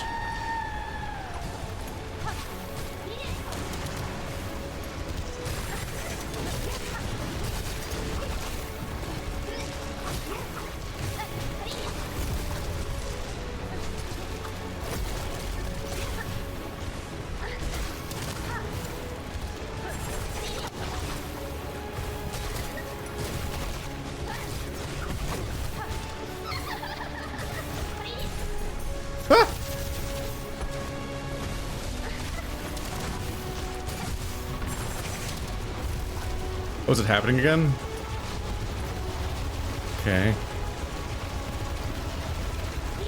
Ah, you fucker!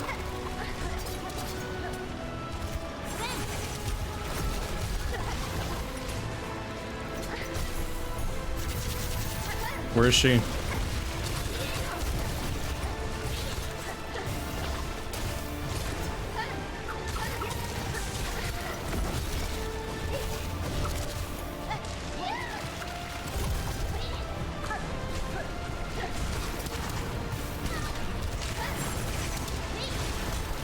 No!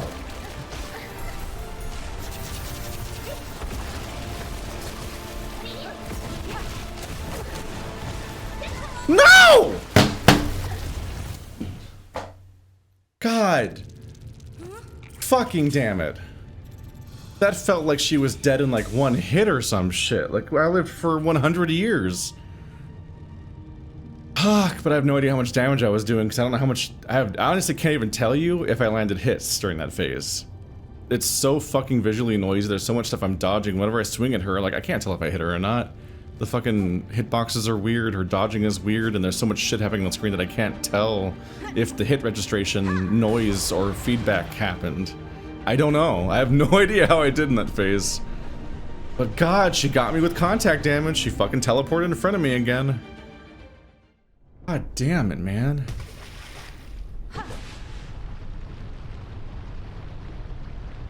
This is probably the last attempt for the night. I can't give up after that immediately, but I do need to have it be an adult. Even with my fake life and job, I do need to kind of be an adult.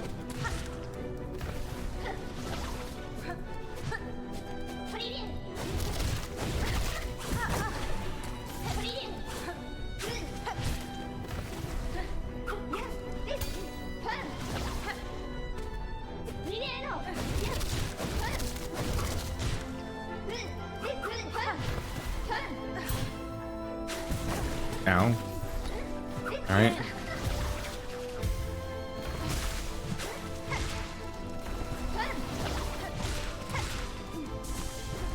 Oh, you prick. Oh, no.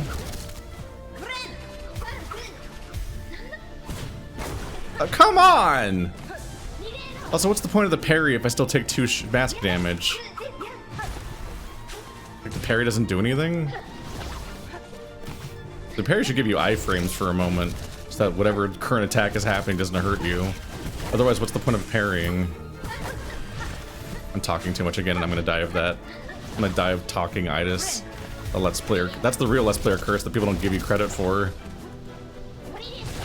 Oh, Let's Player blindness. Let's Player has to fucking tell a story while playing a boss fight. You ever try doing that?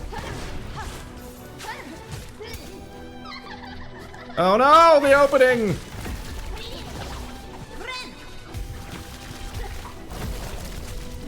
Oh god damn it, I jumped directly into it.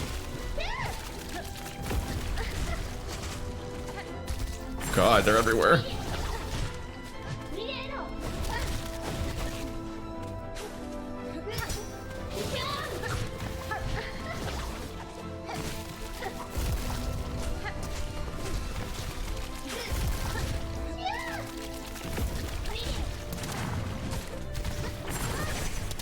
God.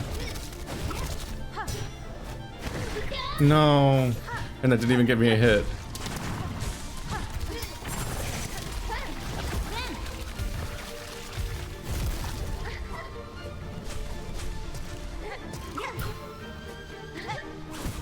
Oh, you prick!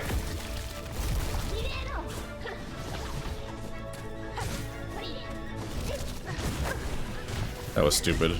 I'm tired.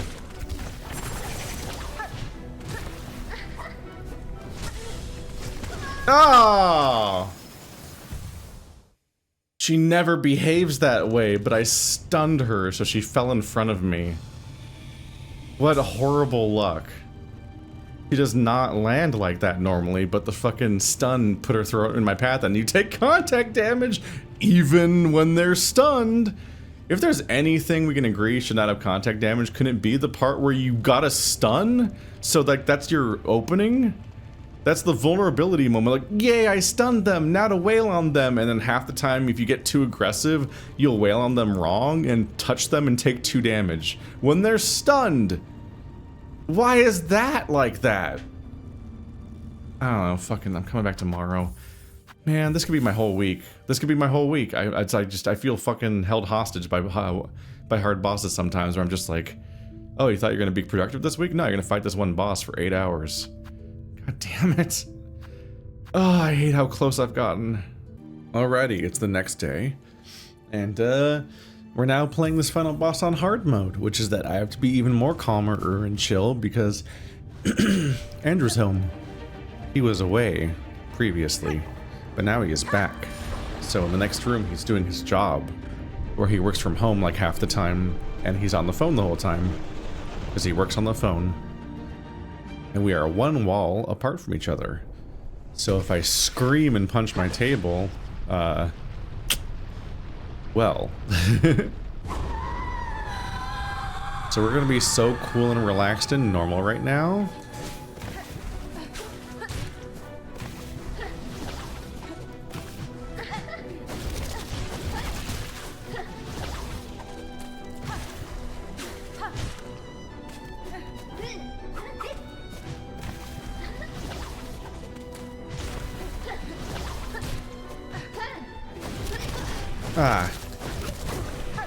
Really?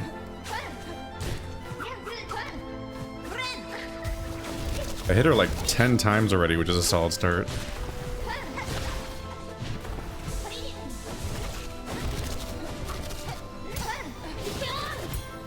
What? I hate that.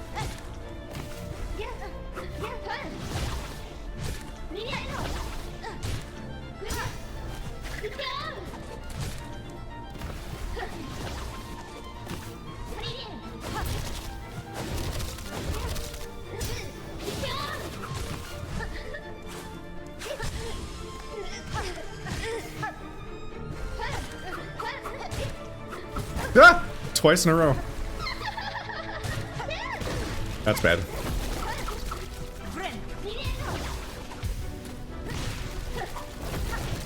Ah! Contact damage. That sucks. The obscuring of moves. How quickly it falls apart after how clean it starts. Oh, it's so much.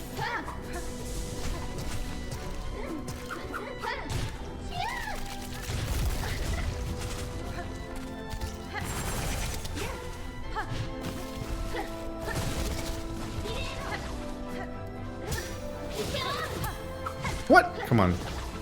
Oh, that was my mistake. Nope.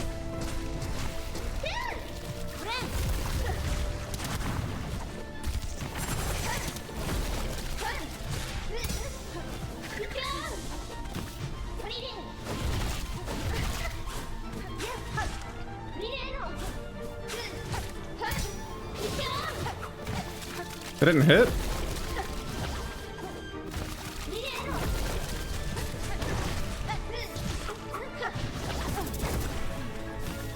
I don't have enough to heal? Wow, I feel like I've been fighting for a while. Ugh! No, that's bad.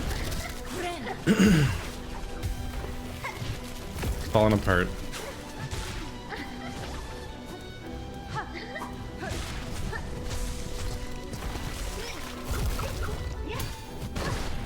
That didn't pogo? It made a sound. I guess, oh god. I guess that might not be a contact damage sound, it might be a, ah, fuck. Ah, it went so good for so long. I think what's throwing me is that when she starts her counter, it sounds like something's hitting. Which really is annoying.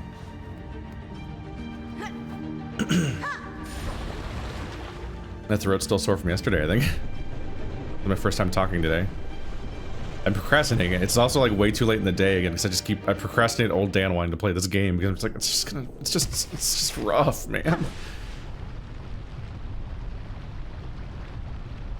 But I don't have a B game right now that I'm working on in parallel.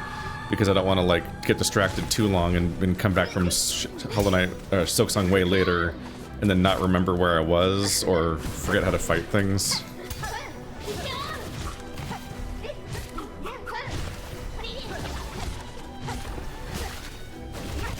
Oh god.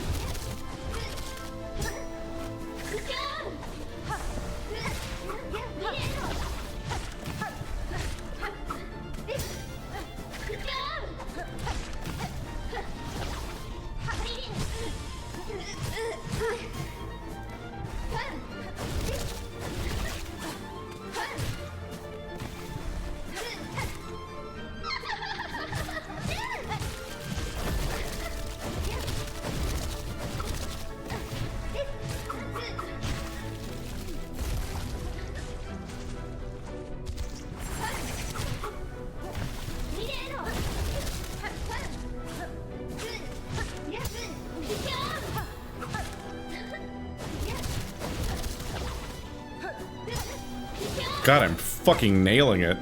Nope.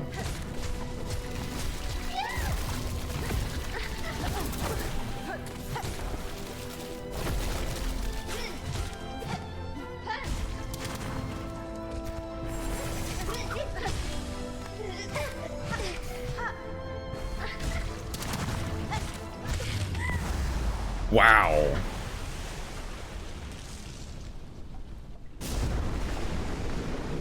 All right, lock in.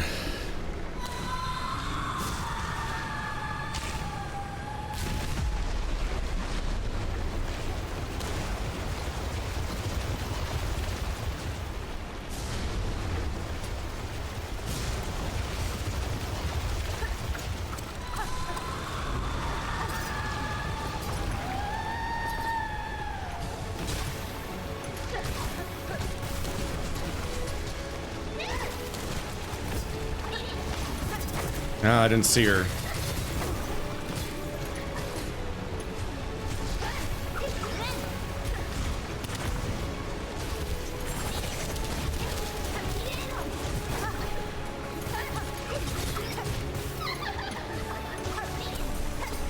No!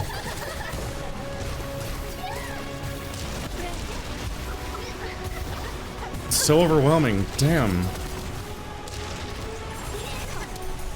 Ah.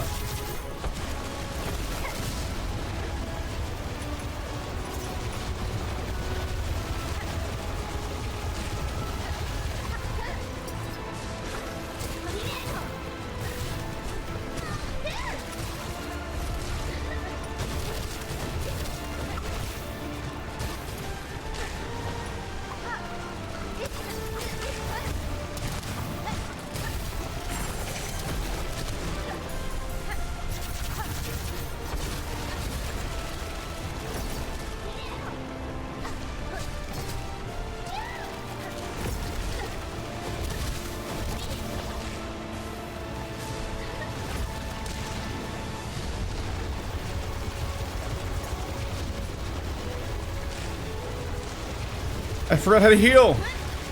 No, I forgot how to heal!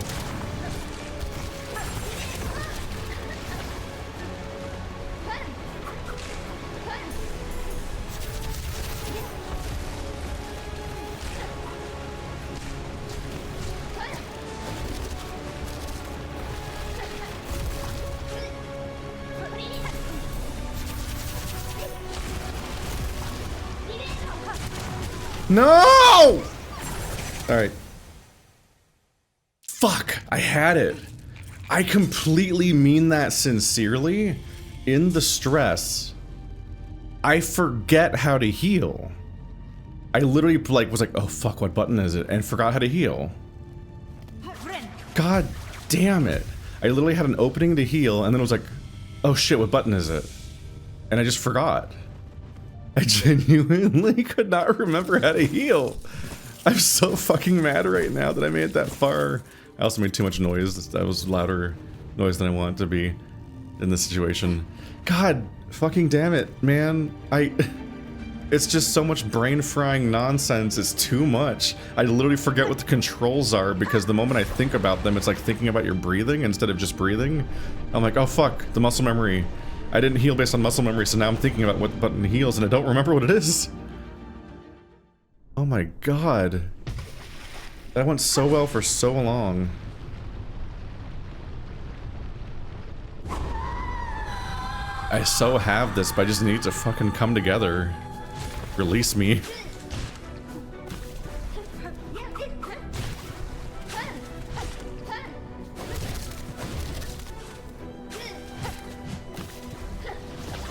Ah, damn it.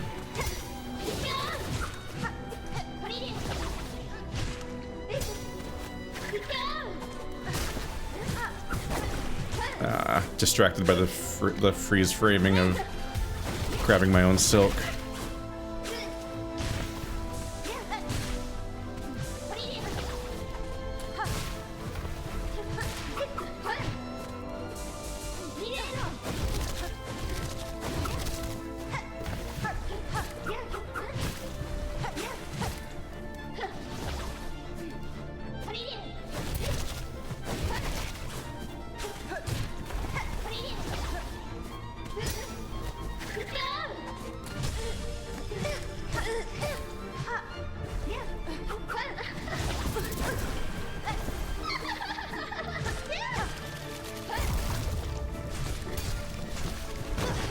Oh, god damn it. Ah. The double hit. Fucking tragedy.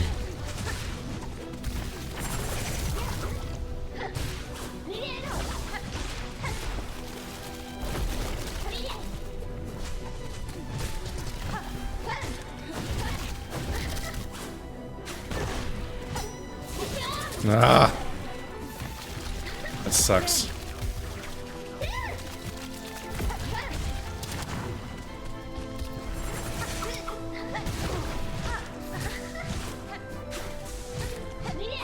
That was so many hits. Oh god. No!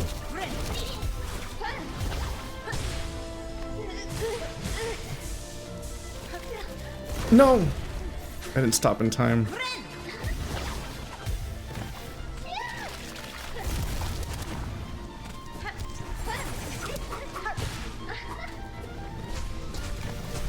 No. Nah, it's not a great amount of health. But I'm getting this far. It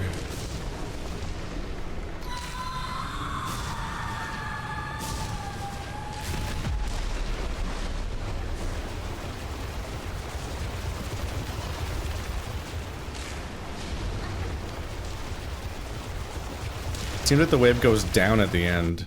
So when I'm running from the wave in the middle of the fight, even if I'm kind of caught off guard and haven't like preemptively jumped on the wall and so on, it looks like the wave gets lower at the end, and so I can probably just double jump over it instead of, and I don't necessarily need the wall if I run far enough.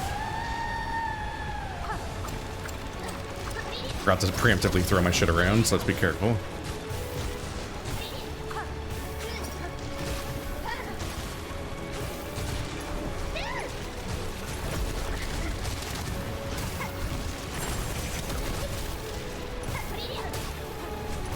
Oh god damn it, I didn't see it.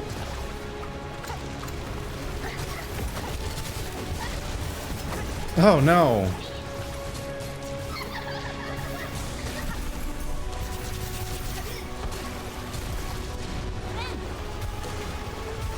Is it the wave? Yes. Oh. No. No.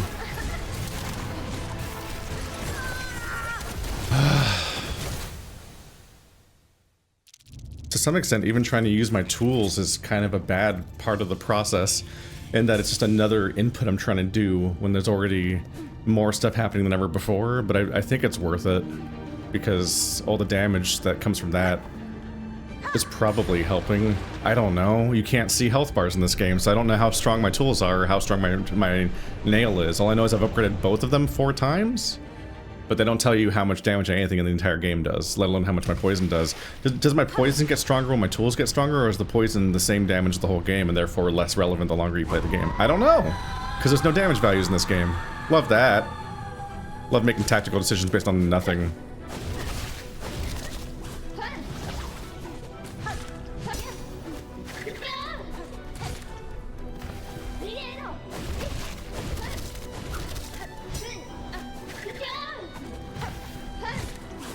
Oh, damn it. Misread that.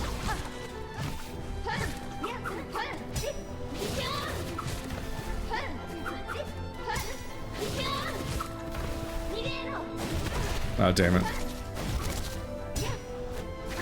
Ah, damn it.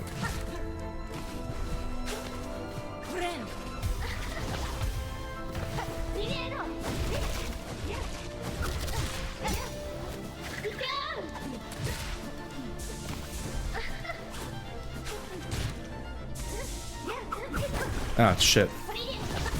Ah, shit.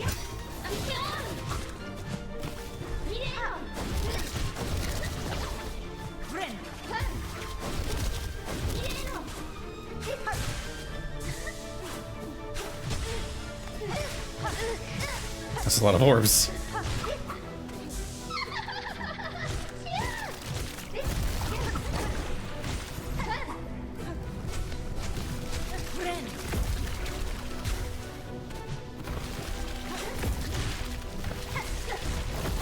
Uh-oh.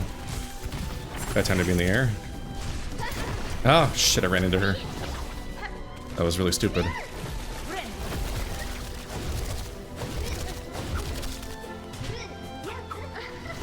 Ah, damn it.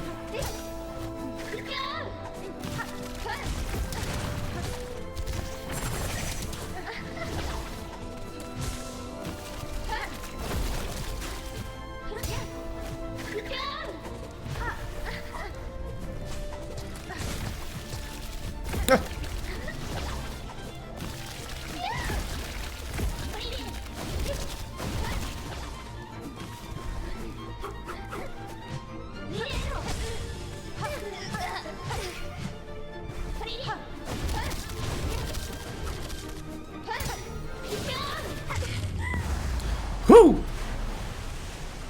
I'm getting good at this fight. And then this part's a clusterfuck. With a long transition phase.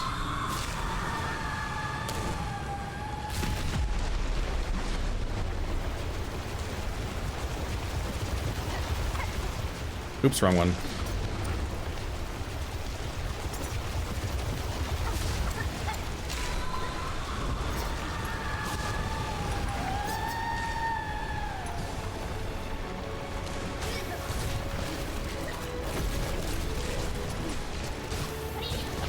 Ah, you prick.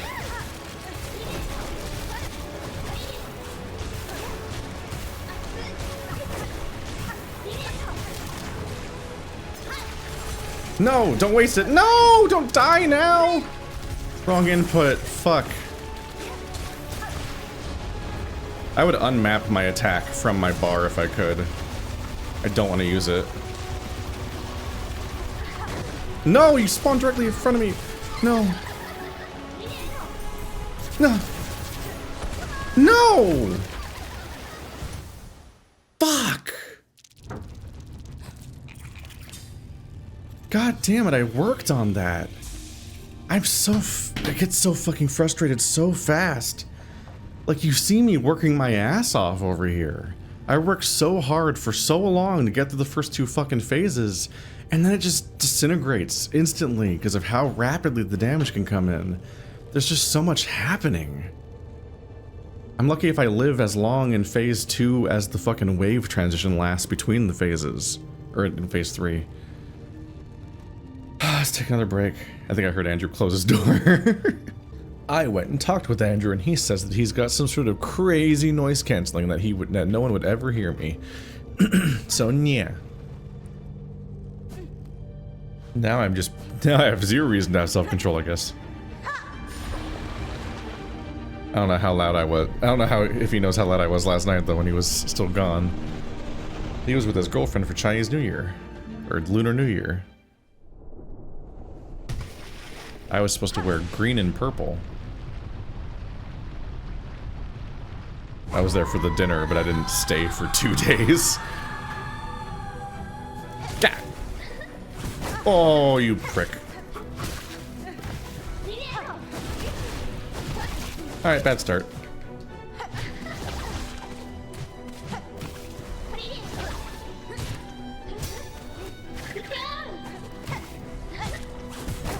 Oh.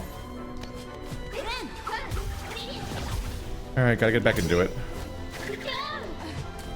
Running away was a bad instinct. Okay, you know what? I'm all off my game right now. I'm just doing everything wrong so far. So we'll just reset. I wish I could do it faster. I'm just gonna upload all this. At some point I'm like, I don't feel like editing this and deciding what to keep. I try to create the emotional arc. I'm like, people can watch the fucking nightmare live streaming experience at the end of the, like, you watched this playthrough for 100 hours. Here's the fucking final boss. It took ages, unsurprisingly.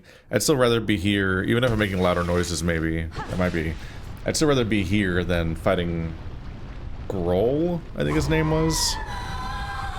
At least this is just a proper hard boss, not just a nightmare cruelty scenario.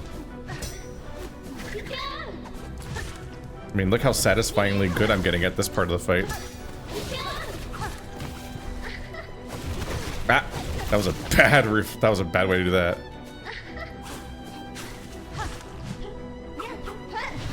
Oh, you faked me out with only 2 attacks. That's so annoying. Oh, okay. That's just a terrible start. Alright, let's get back into it.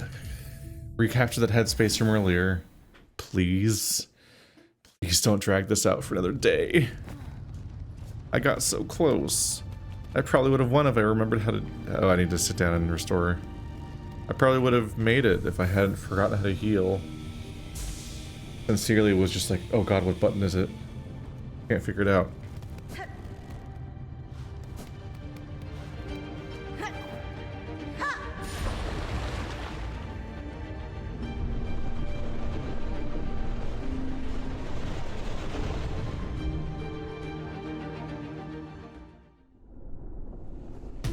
I fall in the hole, I land on the dark surface. Wow, it's just like in Stranger Things.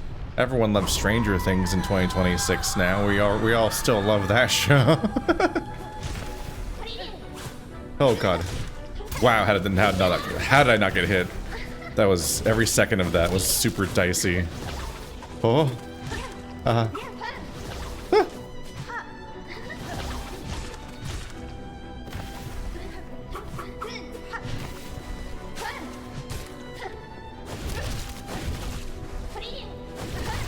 Again? Weird. Ah, you finally hit me.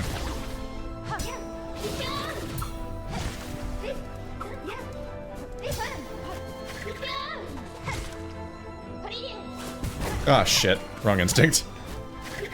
That was also the... I should not have run away like that. It's not what you do during a parry.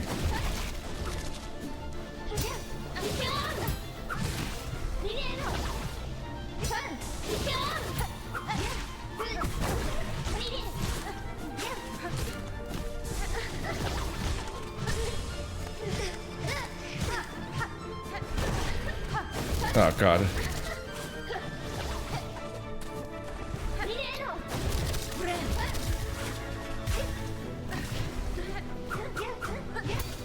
Oh, damn it. That's me being too high again. You have phase transitions that aren't based on damage, seemingly? I'm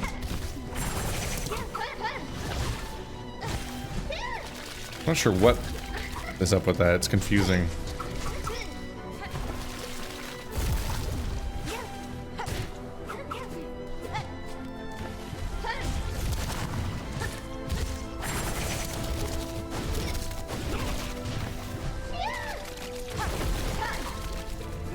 Her spellcasting is such a great chance to get an opening in. But it's so hard to be ready. Oh, wait, that was too early to heal. I've actually taken so little damage.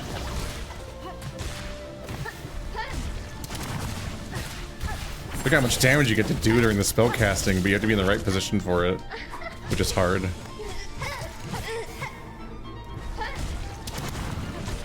But I am this run. Wow. Wow. What an easy phase 2. I was just always there to destroy her. That never happens.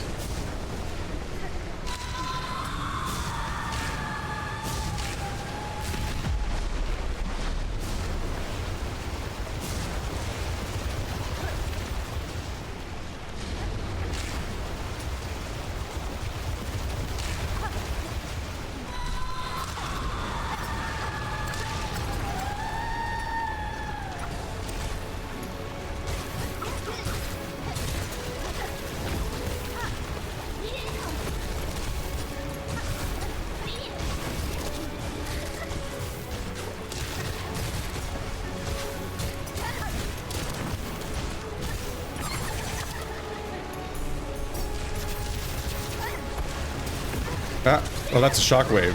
Oh god, okay, I can't tell. Oh shit. Well, that's good.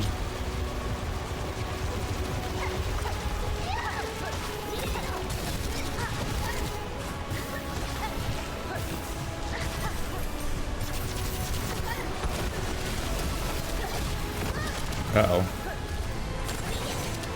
Oh no. Oh no.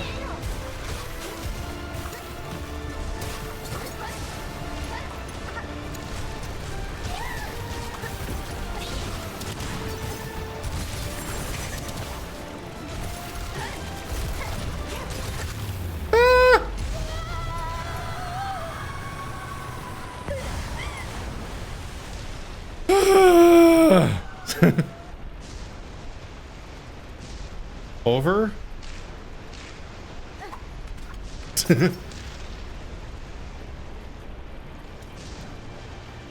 Oh. Round 4.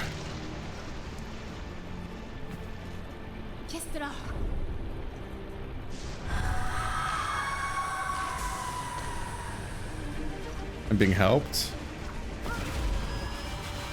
So she's helping me escape with her baby.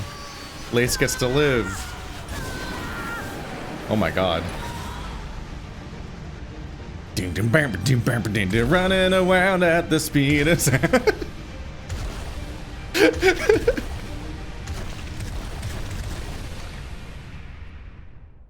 You imagine if City Escape started playing in that moment?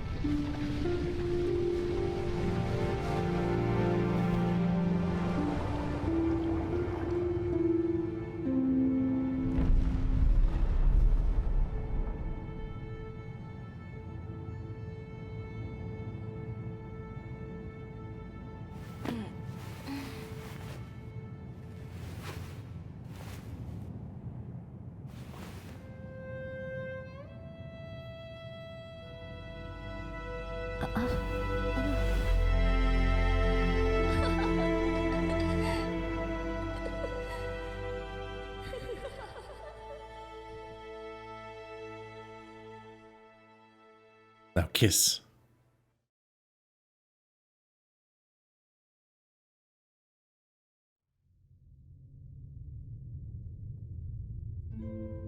Oh, there it is.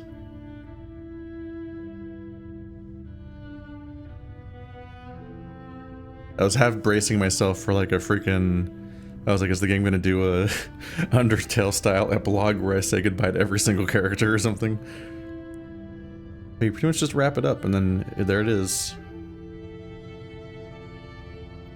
On some level, I wonder if you know, there's some incentive for you to kind of fuck off from the first game's setting because there was probably diverging outcomes of how it could have gone, and the fate of the setting is so up in the air.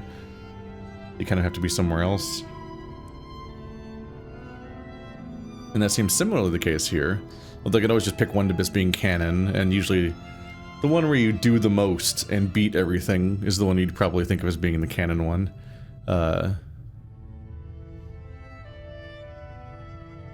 Yeah, I looked back and I think there was... I think you roll credits and... No, we did roll credits, yeah. We rolled credits when I beat her last time. The great Mother Silk. And I think that if you didn't do the capture quest, you then end up just rolling credits there, and the game's over. And I think you can like load your save to like be, and it'll put you before you beat the boss.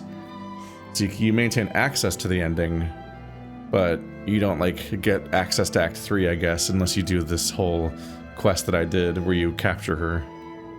There's like an alternate ending there, but it's an ending where you just do less game, which is very Symphony of the Night, with the whole thing about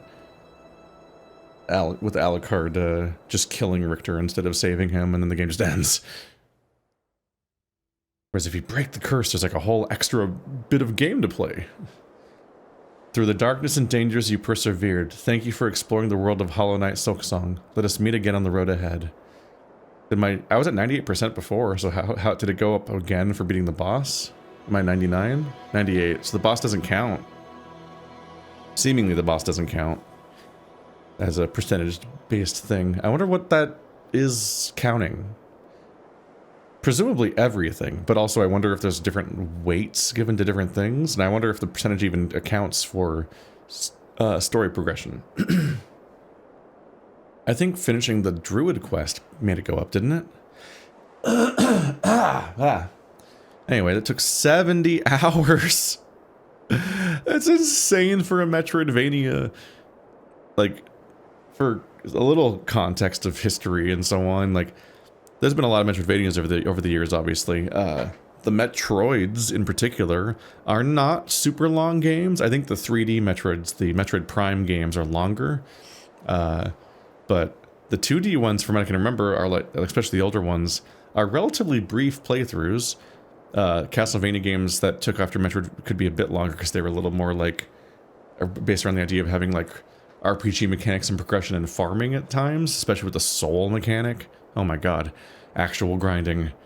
I remember being stuck in Symphony of the Night as a teenager and grinding because I found out that there was like I think there's like a library area where if you fight this one enemy a lot of times, you might get a special weapon that's like comically strong, and then that just makes the whole game easier. And I wasn't above that at the time. Yeah, as far as I know, the Metroidvanias, the Metroids were usually shorter.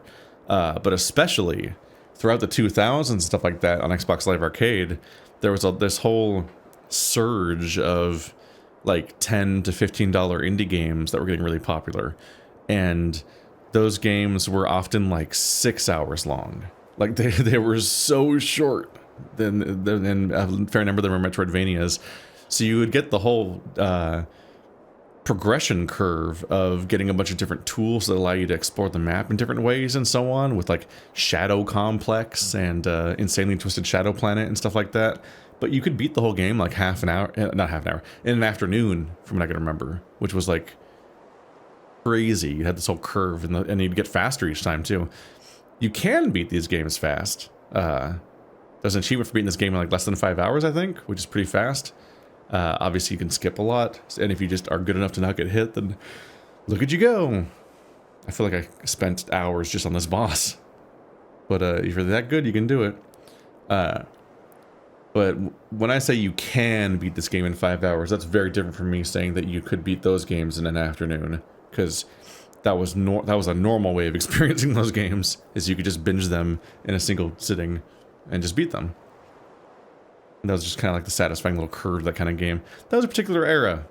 Like when we got Portal 1, which was like 90 minutes long, and it's still like one of the best games ever made. So a wildly long game. All sorts of mixed feelings about this game. It's very good. Like even this fight with all my yelling and whatnot, like overall, like I was getting it. I think it's a bit rough how much she can like overlap inside of her abilities, and phase 3 is just like so many things can happen at once that it feels like you can just get an unlucky combination of abilities where it's partially your fault for being in a somewhat bad position, but also like she can overlap such crazy things at once that you're just like, what the fuck is happening? And that's just kind of rough to deal with. But there's a lot of good going on there. It's very satisfying how good I was getting at the earlier phases at some point. I was getting there. Maybe a game you could beat with no tools. I mean, obviously you can, but I'm like, you get that sense of like, as you're getting better and better, like I could have done a no tool run maybe. I don't want to, not really. I just find that interesting. There's such a, these games are getting tighter and tighter and more challenging, but they also keep having a somewhat goofy system that you can fuck around with that like almost feels like it contradicts the way the combat works. Like it's such a tight system of dodging and parrying and swiping at people, and that's similar to Sekiro. Sekiro is a game where you just are a little ninja man, and you got your little like you got your counter attack. You have your parry, you have your swinging, you got your Makiri counter, I think it was called, and the jumping. So you have like there's a handful of little things you can do in response to specific things and in specific openings. It feels so stripped down and specific. And that's kind of how the combat feels in this one sometimes against these, especially dueling, these like characters like Lace. But then Sekiro has a bunch of goofy ninja tools where you can like throw bombs at people and stuff like that. You're like, what? And like Neo went even further into that, or that game was really into having crazy, ridiculous tools and abilities and spells and bombs and traps in the middle of what was otherwise a really specific combo-based beat them up with your attack thing. And yeah, it is interesting. Like it always feels a little weird. Like it always feels a little bit like you're cheating, and maybe that's why they do it, is to make you feel good. And like, so you get to throw like little poison tools at the enemy in the middle of these fights when you're dealing with the chaos of like you're trying to fight this really, you have such a stripped down and specific way of fighting them otherwise, but then you're like, caltrops, fuck you. And maybe they do that just for the way that it feels sort of like you're getting away with something when you do it. It does always make me wonder what the intended difficulty curve of some of these games is, and what they're like, how much they intend this or that to be a thing. There's definitely like a Soulsborne purist type of person, the type of person who thinks summoning is bad and you should never do it, and so on. Which I encountered early on when I started doing this channel. I was playing Demon Souls and Dark Souls 2, and I remember people got so mad at me for summoning, and I was like, and it's like I'm so mixed on that, because I'm like, on one hand, I can see from an entertainment perspective why it might not be as fun to watch somebody use all these other mechanics instead of doing the really stripped down, focused Sekiro battle against the enemy one-on-one and like overcoming in that specific clean way. But they are just parts of the game. Like the game's designed around that stuff.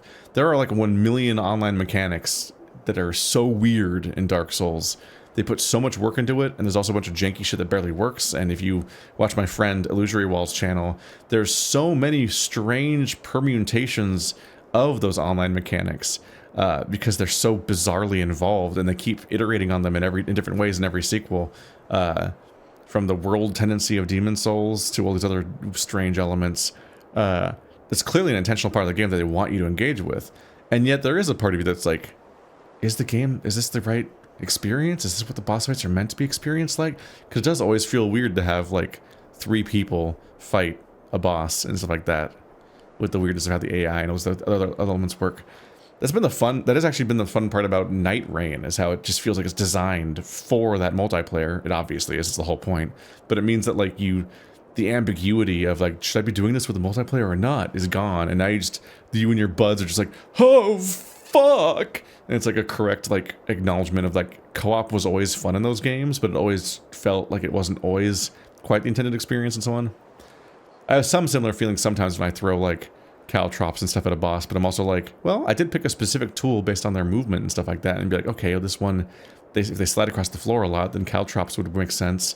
And like you're spending resources, there's a limit on how much you can use them, and like there's literally an entire upgrade system that's based around that, and those are major rewards.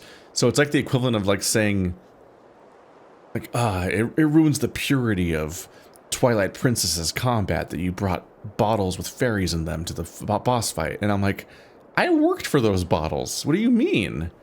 I had to do like really specific side quests and like accomplish obscure things to get this set of bottles. That's the progression system of the game. You get the heart pieces, you get the bottles, and you get the magic bar built up. Those are like the core RPG elements of Zelda, but they don't have numbers, so people say that it's not an RPG for some reason.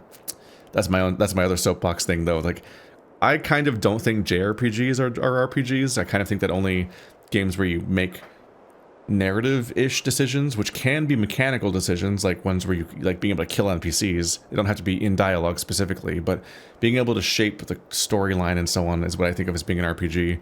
So like, for example, this is kind of in that territory, because I think that some of the storyline, the quests along the way, whether you do them or not, or whether you succeed at them or not, or stuff like that, might have affected the fates of certain characters and stuff like that. Like, that's kind of more RPG-ish, whereas there's a number of Japanese RPGs and also Zelda where you can't affect the plot whatsoever, and all you can do is level up your characters and do repetitive combat, which like is a thing that we call JRPG, but I kind of think that they're not really RPGs because you don't actually do anything like that of what I consider role-playing.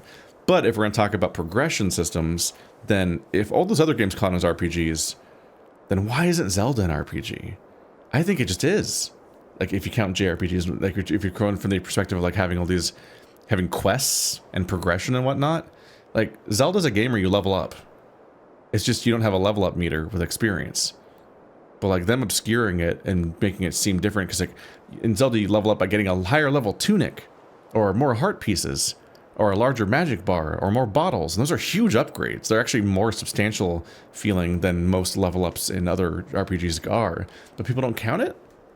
And in similar ways, yeah, here I have all these progression systems because they're based on, more overtly on the Zelda system. You have masks, which you get from mask fragments, like heart pieces, in order to get heart containers. And you have a silk meter that's getting bigger the way that your magic meter gets bigger. And you have a number of slots to put your items in that are passives, which is like a different variation of like getting more bottles, which you could then put different potions in and stuff like that. It's very similar to those kinds of systems. So I don't know. Genres are messy and weird, but I always find it funny that people be like, Zelda's not an RPG, but then like call things that are right next to it RPGs.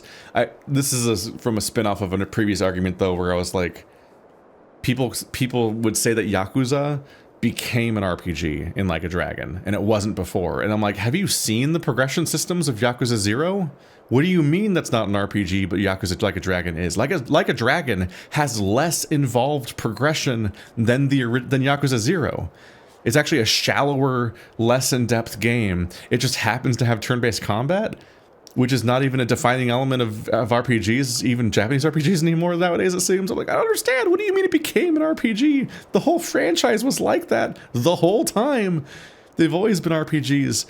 It was clearly based on Shenmue, which is an RPG. What are we talking about? Losing my mind at genres. Anyway, that's not really the topic to go on, but I went on my fucking... I was playing the hits, apparently. Just fucking went on a familiar path. Yeah, overall, it's a pretty neat game. I had a good time. It is weird how long it is. It's weird how long it is. It's weird realizing how long you're playing while not feeling like it's that repetitive or padded, because it's just a big dense map they put a lot of genuinely put a lot of work into. I kind of feel like they could have made a third game instead of making this game this long, and that would have been acceptable. Like they could have just put the ship to this game ages ago and just moved on to making a new Metroidvania or something. But obviously that's not the same thing. Making more of a game is easier than making another game, obviously, especially if the new game isn't like really similar, because it was all based around Hornet's movement system and other stuff like that. But I have my gripes. I've got my gripes, which you've heard of by now, but yeah, I like to remind you, like, I don't love the corpse mechanic. I think it's not, I don't think it fits a Metroidvania. People responded to my earlier rant, and it's fresh in my mind right now because that's happening today, based on which ones are airing live right now. People are arguing with me about whether or not Dark Souls mechanics belong in this thing, and I'm like, so a lot of the arguments I'm getting in response are just in response to the idea of like, well, you could have done this and that to mitigate the problem. You could do this and that to like store your beads while losing a bunch of them because there's a tax tied to that. Or you could have spent them already, or you could have like avoided going into a dangerous place while you still had beads. I'm like, well, first of all forms of progression in the game are me going to a dangerous place, and if I have beads, it's probably because I couldn't afford to buy the next thing yet. I'm saving up to buy the next thing, so it's like, that's a weird thing. But overall, what I took with all those arguments, I'm like, those are all true-ish things, but they all sidestep the fact that the game is still using the corpse mechanic. No matter how much you mitigate it or work around it, we're still not, those still aren't arguments for or against the idea if the corpse mechanic itself fits the game and it's designed very well. And what stands out to me is that Dark Souls games are kind of linear. I know people talk about how big and open they are and there's all these different paths to the game, which is true-ish, but once you're in a zone, that specific zone has a relatively linear goal most of the time. There's like little side paths with treasure in them, maybe a secret boss hiding in a corner somewhere, but usually you're just trying to go from the beginning of that level to the end of that level, and there's like only a couple ways to do it, or even one way to do it. And there was just different levels you could have played instead. But once you're in a level, it's not that crazy. So having a corpse drop thing makes kind of sense like that. Similarly, Shovel Knight used this mechanic, where in Shovel Knight, they use the same corpse mechanic as Dark Souls, where you're playing through this little Mega Man level, and there's pretty much just like the one path through the level. So what the incentive there is for you to reach the point you got to last time. It's always pushing you to play carefully, always learn, and make sure you're always just getting a little bit further every single run until you beat the level. It's meant to encourage you in a way, but also have a bit of a risk mechanic built into it. Hollow Knight did Shovel Knight did the next crazy thing, which also, they let you break the bonfires or checkpoints or benches. They were like glass things. They let you break them for more money, which meant that you lost the entire checkpoint and were sent back even further if you died, which made it even more likely you would lose your money because when it fell out of you. But yeah, Dark Souls games are relatively linear when you're in an individual zone. So, and they were thematically about not going hollow. So the story was about this idea that you're going to face this oppressive force, and it's all about not giving up and having this sense of purpose and forcing your way forward. And so playing through a linear-ish level over and over again and getting further each time, so you always try to get as far as the last body was to get your souls back and keep that train going, was a compelling, like, ludonarrative thing to do. But in a Metroidvania, it's all about exploring. They're really exploration focused, and they're really non-linear. There's so many different directions you can go in, and when you encounter a specific spot, you might be like, oh, well, that's rough. I should go somewhere else. In Symphony of the Night, for example, when you got killed by a boss, you just died, and you lost all your progress since the last save. So you actually had to re-explore the area because your map was gone, because it didn't save. Like, there was no... In these games, you have checkpoints, and you go back. But in games like that, they were like, no, game over. Go back to the start screen. You had to load your save again and actually continue from the last place where you had manually saved in one of those coffin rooms, if I remember correctly. So that encouraged you to then be like, oh, well, that was rough. I got to go somewhere else and prepare. Like, in a way, and this is absolutely true, that's more punishing because you actually lost your progress. It's less punishing in a way in that you don't lose your currency. You lose everything since the last time you saved, but you don't, like, permanently lose something that you picked up. Like, I did think it was gross that I would find secret spots in this game, and, like, your reward sometimes for finding a secret is it's a room full of rosaries. Like, ooh, rosaries! Then you fall off a cliff and die, and you're like, oh, fuck. And then you don't get back to your body successfully. And those rosaries are gone forever, that entire playthrough? Like, they're farmable, technically, obviously. But I mean, like, your reward, akin to getting a heart piece in a chest or something like that, or a bottle. Oopsie, I pressed the bumper. Is it going to go to start screen, or is there another cutscene? Nope, to start screen. But, like, it feels like rude that your big reward of finding a secret is just some rosaries or shards, and when you hit the shard wall, the shards just fucking fly everywhere and off a cliff and into spikes. You don't even get to have them. That sucks. And the rosaries are completely transient. You might not even get the chance to spend them at all. You might lose them before you can even spend them, and so your reward for a secret spot is trash. It goes away, and like that feels weird and gross that your weird little secret, your reward for getting a secret can be a thing that you can just lose before you get to spend it, instead of something you get to actually keep. Somewhat to be something that could be eluded by just having those kinds of locations give you hard souls, as I call them, instead of soft souls, which would have been nice, because then you would just have them in your inventory, which would be more rewarding. But then you wouldn't get the aesthetic experience they want, which is that you smacking the rosaries and getting to collect them as they like fly everywhere, and you get to hit it over and over again like a pinata. But yeah, in Symphony of the Night, though, when you die, it's rough that you lose all the progress since you last died. But one, you lose some progress once, and you're then incentivized to like think about saving more often.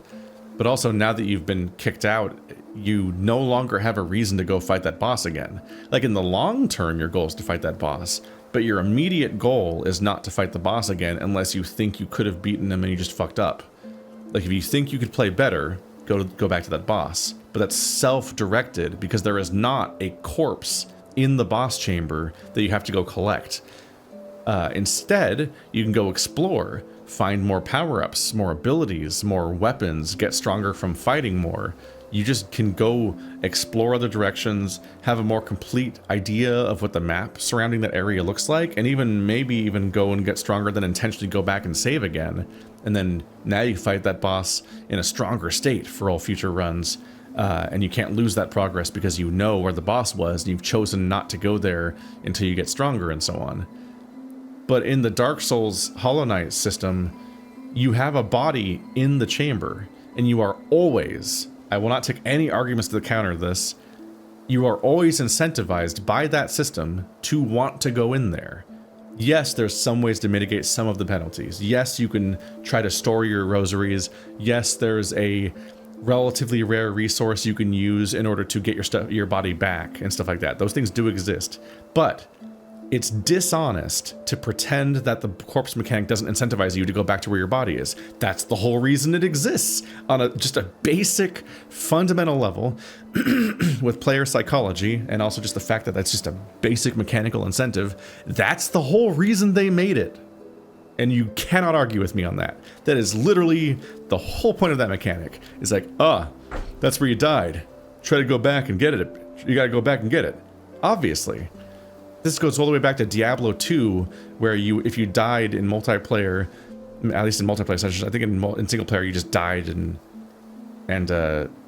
game overed or something. I don't remember how it worked exactly. I always played the game online. When you died online, at least, you dropped a bunch of your gold on the floor, and you had to go back to where you died to get your gold back.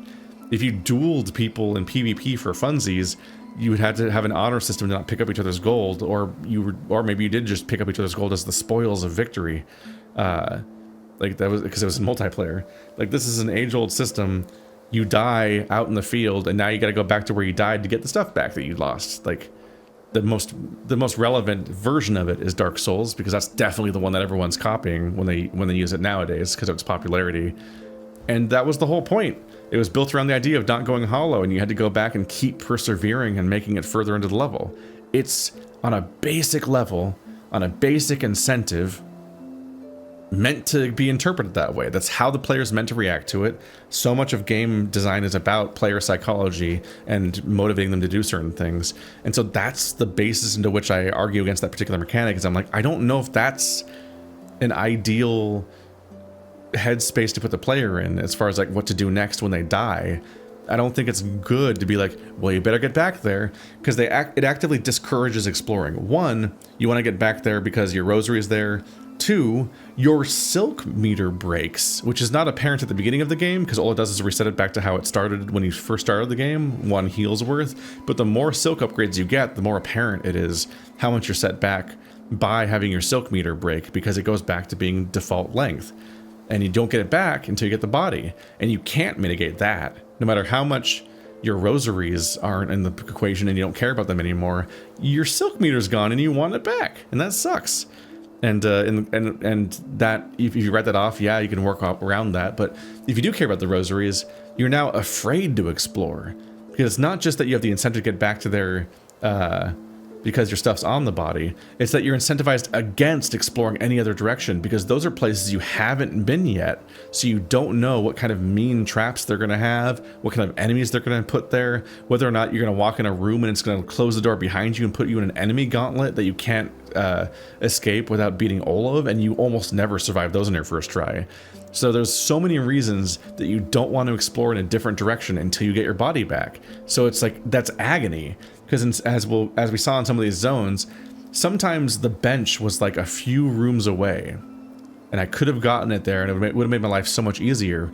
But I'd have to blindly explore into the abyss where I could just die immediately and lose all my rosaries because my body was at stake. And if you die a second time, your body goes away and you lose all the stuff that was on it. So it's just a rough system where I'm just like, why? It made sense in Dark Souls. It was a dick there, but it made sense. I just don't think it makes sense in this kind of system. One of my other big complaints is just like contact damage is rough. But if you're gonna make a game about contact damage, which I do think that, if we're being honest, in this last boss fight I did, was a mechanic. Like that, one of the lessons I had to learn over the course of fighting this boss was that I had to move as little as possible. She teleports constantly and she teleports directly in front of you. So if every single movement had to be very deliberate. You saw me doing very small dodges by the end. Very deliberate movements in response to everything that she did most of the time. And a lot of that was to mitigate the idea that if I start hurtling across the map for almost any reason, there's a high chance that she just appears in front of me and she gets 2 hits for free. And that really sucks. But that's what the fight is. In some ways, it was almost more fair than some of the shit has otherwise been, except for some of the really nightmare situations where, like, I jump through the air to dodge projectiles, and then she teleports in that direction and then jumps into the air in front of me and hits me. I'm like, yeah, I'm dodging your projectiles, you prick. By phase 3, the contact damage becomes less fair, but in phase 1 and 2, the contact damage is, like, kind of fair. But here's the big thing. When you stun an enemy, you should not take contact damage from them. The whole point of stunning them, I feel like, is that that's your opening to spam attacks on them and be rewarded for the fact that they're stunned. The fact that you can stun an enemy and they're in that vulnerable state, and then you slightly misjudge your spacing and your shin touches them and you take 2 masks of damage is so stupid and should not be in the game. Please, Team Cherry, I'm begging you, please patch out taking contact damage from enemies who are currently stunned. Please give me that. Like, it's on the player if they're still standing inside of the enemy while they wake back up or something, but like on contact damage from you slightly misjudging your spacing when you're like rapidly going, oh fuck the opening, I can hit him. That sucks. That's so shit to take a moment that feels rewarding and then immediately make it feel like it was a bigger mistake. There's moments where you were playing perfectly for so long, for like 10, 20 seconds, you haven't taken a single point of damage, then you stun them, and it's like, oh, and then you run in to hit them, and you fucking trip on them, and they take 2 mask damage, and it's like, that sucks! What a shit thing to experience, especially in some of these cases where, as I pointed out before, you can stun them in midair, and their behavior will be different, because you get really used to how these characters move. And so you start to subconsciously get where they will and won't be at certain times, and you get really good at not taking contact damage anymore from how they're moving. But then you stun them in midair, and they fall on you, and you're like, oh, god damn it. You're punishing me with my reward. That sucks. Don't punish me with my reward. That's supposed to be the reward part. So yeah, you should not take damage from freaking stunning people. I think even in Souls games, which they don't have contact damage to begin with, except for a couple of really specific enemies, you can just run up into their hot hitbox and just fucking circle strafe directly into their gut. You spend half of the Asylum Demon boss fight in his taint, right up in his asshole. You do not take contact damage in Dark Souls games, but even the handful of enemies that do have like they're burning or something like that, I think if you do manage to stun them, I think their fire goes out, or any kind of like equivalent negative thing that's on their body that might harm you, like deactivates when they get stunned, because like you earned this. This is the moment where you get to go, yeah, big shot, I get to do the big hit. That's the whole point. So I don't think that the player should feel punished for capitalizing on a thing that they worked for in that sense. That's my big take there. I think that's how I think that should be done and stuff. Yeah. A lot of cool stuff, very big, cool game, lots of cool characters. I like the towns, I like working on the towns. Given that these games always have a thing where they give you so many tools and weapons and you might not use a lot of them, it was nice to invest rosaries in like upgrading some towns and having that progressively give more quests and NPCs and feel like you're building something. And by the end it felt like I was responsible for which towns lived or not or something, and I'm not sure if that's the case or not, but it felt that way, and that was kind of cool. So I like that kind of stuff a lot. So a lot of that was neat. The Act 3 world state change was interesting. It was cool getting the chance to finish some of these storylines and kind of feel like you've like kind of bonded with some of these characters in some ways. What else should I talk about?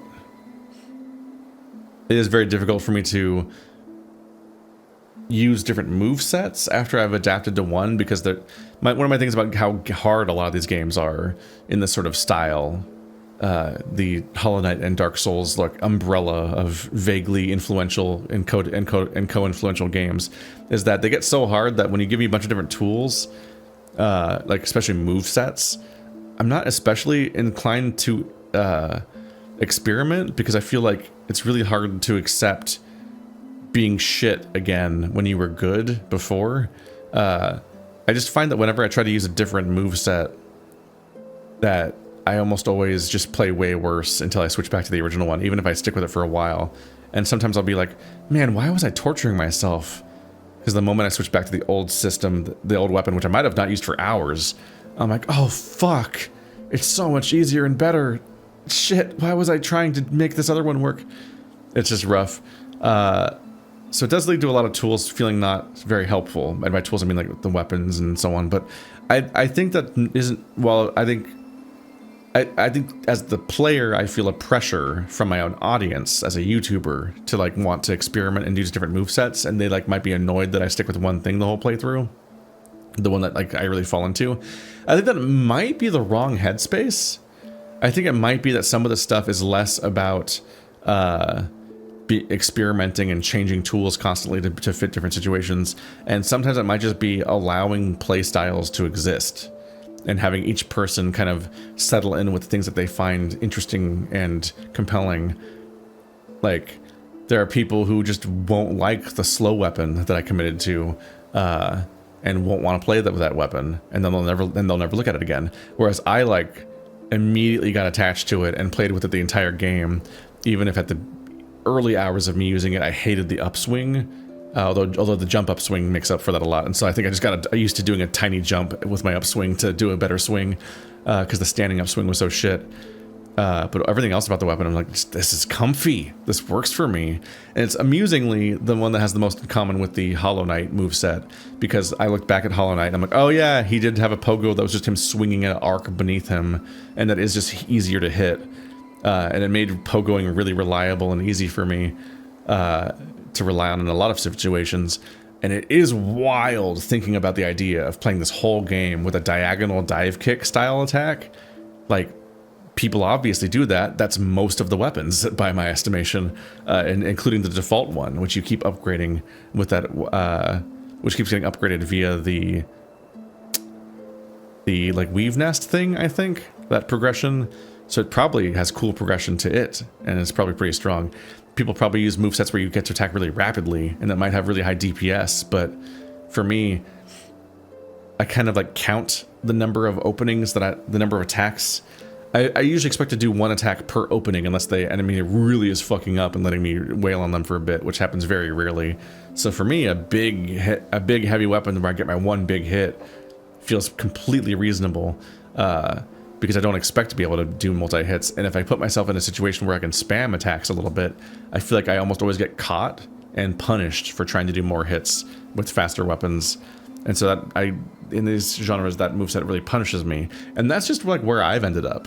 Maybe you have a completely different approach to all these games. And so I think that that's the value of having all these different crests, is that it's not necessarily that there are different tools that affect different weaknesses and strengths and so on, but more so that they might really fit into your playstyle and how you psychologically interface with this whole thing, and give you the ability to sort of speak the language you're trying to speak in the game and get through it that way.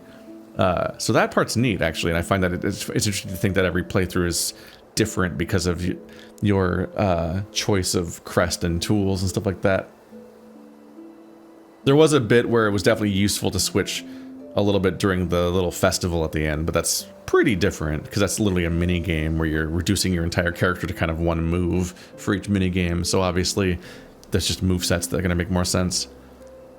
Overall, I had a pretty good time. I do not like still that during platforming sections your screen is so small. This is probably I'm kind of repeating my complaints, but like this is the time to sort of summarize my issues. It's just really frustrating. I felt insane looking back at some of the Hollow Knight footage and being like, yeah, you could just see where you were going back then. And like I look back at Celeste and you're so small on the screen, but that means you get to see the entire map and tell what you're doing and where your goal is and what the series of moves is you might do to get there, which is also true for like Mario and Super Meat Boy and so on. Generally speaking, you could see well in advance what's coming, and so you could plan your route and think through the series of crazy jumps and combos you're gonna get there. And like Mario Odyssey and Celeste both share some DNA with Silksong in that they're both games where you have a weird sequence of different moves you can do in midair, which makes platforming really weird because it's like a weird midair combo where there's a bunch of buttons you get to do like once per overall jump, and you can have like an economy of weird actions that you can juggle. And then in Celeste, obviously, you would like hit little gems that would replenish them, and her hair went back and forth between 2 colors to indicate whether or not she could currently do her dash or her double jump or whatever it was. So it's weird that in Silksong they really fuck up some of that stuff, and that like, I say fuck up, which implies that it's a mistake, but it might be intentional. They made the game on purpose. I get that. I just don't think it's a good idea. Your horizontal spear throw dash is as big as the length of your screen, basically. So platforming oriented around that involves crazy distances. The hover and the double jump and the dash all combine into a series of combo moves you can all do in midair. But that means that your distance you can cover is so comically big that the current camera angle makes it so you can't see where you're going. And so I just found a lot of platforming in the game way more frustrating than it had to be, because I couldn't tell where I was going, so I had to do leaps of faith off the screen on a regular basis, just hope that the level design was in that direction. And then in many cases, trial and error it, just die, fall on the spikes, reset, and be like, okay, so I think the thing I was supposed to do was over here. And then you just leap of faith off the screen again and be like, I think it was up here, and try to like adapt, because you're trying to judge distances and heights and exactly which moves would get you where, when there's like no frame of reference on the screen, because sometimes there's literally no terrain on the screen. You're literally just leaping through open sky at an off-screen thing, the way that you'll see some people in like Mario 3 or World just like get the raccoon suit and just like know where to fly, and you're just like, where's that guy going? Because that guy's played this game too much, and he's just like flying into a void of sky, and then he just arrives at a random spot in the sky where there's a cloud with a secret fucking vine on it, and you're like, okay, neat that you know how to get there, but how the fuck do you know how to get there? Because like, where even are you in reference to the rest of the level? So like that stuff just gets really rough, and it just didn't have to be that way, but earlier design decisions backed them in the corner of that being what that feels like when you play the gameplay that they gave us here. And it's messy because like you want to move, it's a Metroidvania, so that means using the platforming mechanics and as combat mechanics. and marrying those together like you do in Metroid and Ori and the Blind Forest and so on. But it does lead to a situation where a lot of that stuff, like the spear throw, is really useful in a number of combat scenarios, but it's also like an insane thing to build the platforming around. And it definitely was hitting my breaking point a few times, but in part during that part where you have to race the guy over and over again, because it's just like, that was like ruining my day. I was so unhappy. I don't regret just like not even bothering to record most of that. Or I was technically recording it, but I was just like silently seething. Because yeah, like that entire race, which isn't that long, does require you to play perfectly basically the whole time in order to keep ahead of him, because there's not really a lot of ways of moving faster. You just have to play flawlessly in order to not fall behind. And playing flawlessly just means memorizing the race course. And I'm like, I like racing, but normally when I race in something, I can see forward. That's like the basic element of how racing tends to go in racing games, or most games where you can race. But in this game, you can't see what's in front of you because the camera is perpendicular to your perspective. Or it is your perspective. It's perpendicular to your character's movement, and all of her movement is bigger than the screen. And this is about racing, so it's the biggest, fastest movement you're ever going to do. So you're just like completely flying blind. You just have to memorize the entire course through rote repetition, because you can't see where you're going the whole time, but you have to stay ahead of this guy that is just autopiloting through the whole thing in a near optimum speed and route. And he doesn't have to follow the same rules as you. He doesn't have to platform like you do. He just flies with his wings. So you have to, so you're not even like sharing a course really. You just have to do like a bunch of crazy platforming on some balloons that you can't see when the jump starts. And this leads to some issues too with, like, for example, in the Emerald Dream place. I don't think that's what it's called. I think that I'm calling it that because that's what it's called in World of Warcraft. But in Green Dreamland for the mantises, there's that part in the far right full of spikes and platforming where it's like, I'm trying to tell what the level's even shaped like, because I don't know how many, I don't know where the objectives are, I don't know where the entrances are to the room and where the exits are to the room, and I'm trying to just do this crazy platforming section. In order to make space for that crazy platforming section, it just had to be an incredibly huge void of space where you just don't know what the room's shaped like and whether there's anything else to do. And the best way to explore the room and tell what the proportions of it are and where all the walls are to make sure that you're not missing something is to do the whole platforming section over and over again, which is timed with platforms that vanish, and it's all midair stuff. You just like, these rooms are so huge compared to the camera that you regularly just can't tell what the fuck's going on. And so I could have done without a lot of that stuff. Because yeah, there's a lot of like, when you understand it and the screen fits, a lot of the combat and platforming can feel really tight and satisfying, and that was true in the first game too.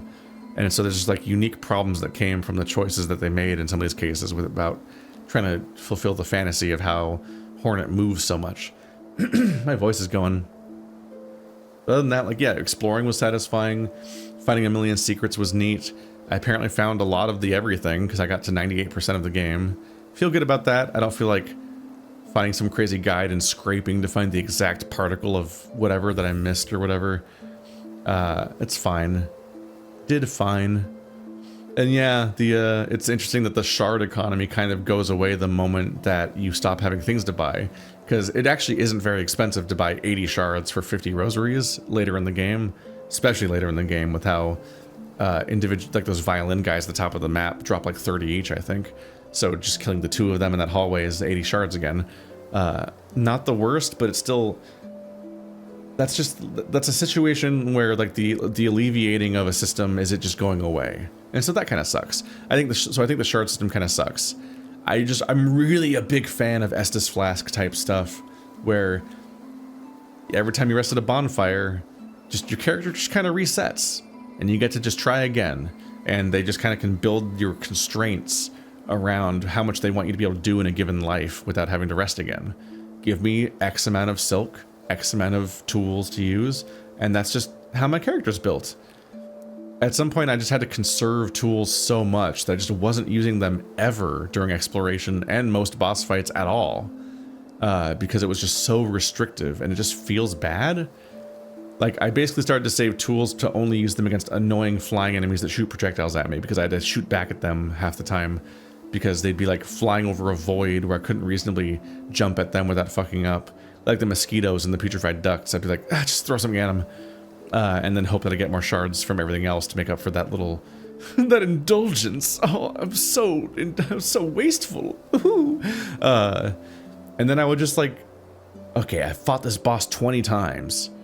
Now in phase 3, I'll use my tools. Like, oh man.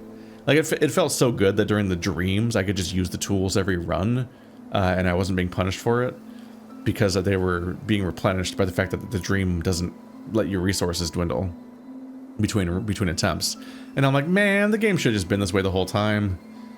Like in the late game, the dreams make your shard costs fake because they replenish.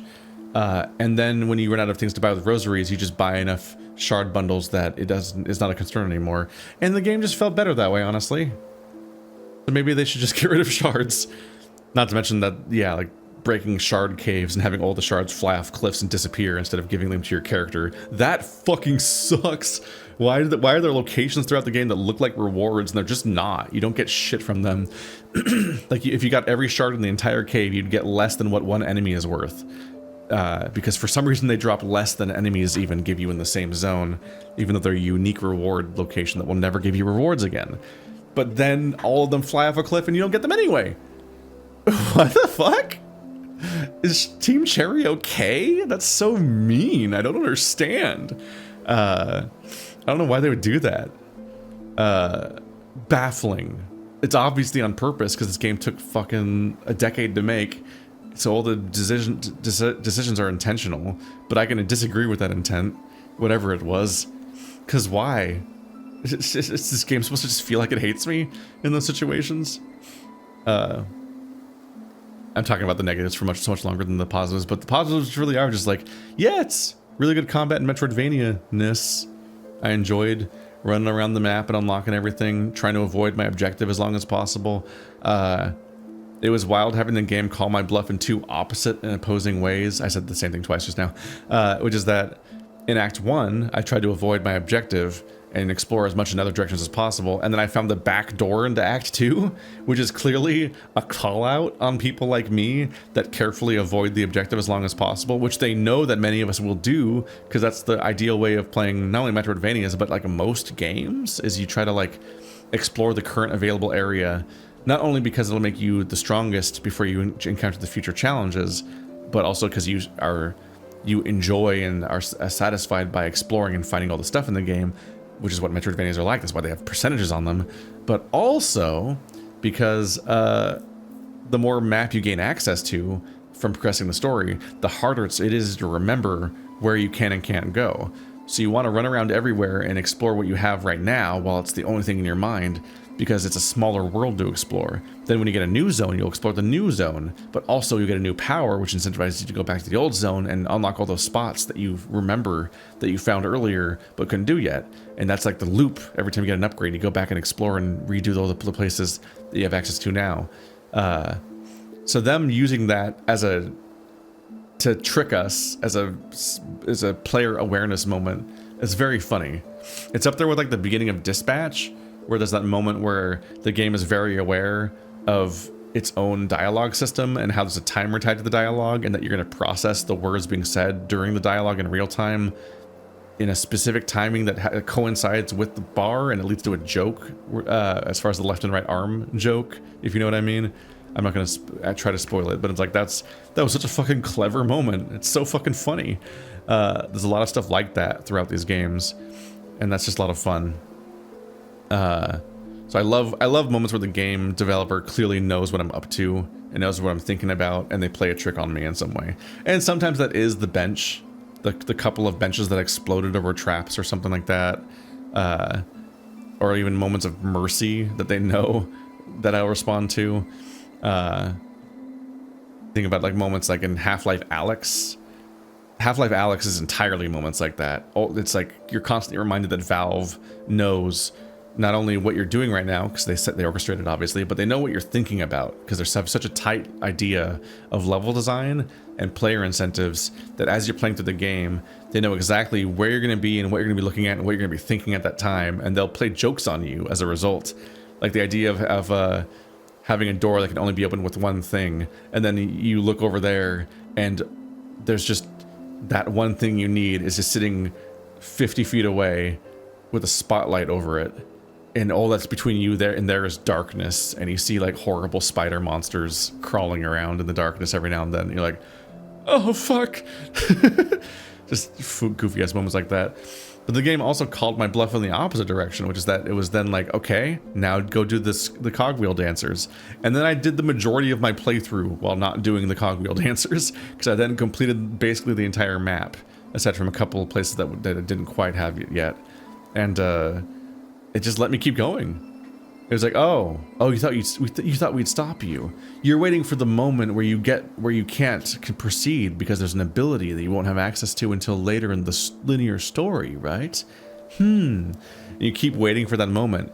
You're just waiting for like the game to leash you, because that's what Metroidvanias tend to do. But instead, they just kept letting me get every power one by one until I just had all of the mobility in the game, and then I could just solve the entire map. And you don't get another mobility thing for the rest of the story, basically, except the jump straight up ability, which is only actually locking like 3 spots from you. And those were spots that mostly you didn't even know existed, because they specifically gave you a final ability in the story that was not signposted for the most part. Because the thing about Metroidvania abilities is that they carefully signpost things. You're like, huh, I can't do that, but it seems like something I might be able to do at some point, because they need to communicate that to you, because if it doesn't look like a thing you can do at some point, then you won't remember it as a thing you're going to try to do later. And then, so a lot of the game of Metroidvania is like the head game is you try to like guess what abilities you're going to get while you're playing. Like, is this going to be a game that has a double jump? Do I get a glide? Do I get some kind of like horizontal dash thing? Is this gonna be one of the ones where you run really fast and then you can crash through walls like in Shadow Complex and Metroid? You try to guess what abilities there might be. And I think I remember Ori and the Blind Forest tricking me a few times where I thought I knew what I'd get and I was wrong. And it was something that the thing that did that solved that signposted obstacle was actually a completely different ability. And that was always like cute to realize that they tricked me. But in this game, the trick was that the final ability that gives you access to the dreams and everything like that, not the needle in trick, but the jump. It was actually a case of them playing with the camera, in that case they intentionally made it so that you could only use this ability by jumping straight up, and most of the places that you could use the ability where you just assumed, oh, they intentionally made the place too tall, so I just don't go that way. That's not part of the level. But actually it was part of the level. Surprise! Like, I'm thinking about how like that area where you go to the far left of the desert, where one of the 3 floating needle ladies is, and like how you could just skip that platforming section if you had the jump up needle, because you could just jump straight up. It's just very funny. That's one of the only moments. But like, yeah, there was no reason to think you'd get the ability to jump straight up. And so when you get that, you're like, oh, they're surprising me. But until then, yeah, you just got the chance to fully explore the entire Metroidvania as far as you knew of it, and just got away with that. They just gave you everything, and you kept waiting for the leash to pull you back and make you do the next bit of story, and they just didn't.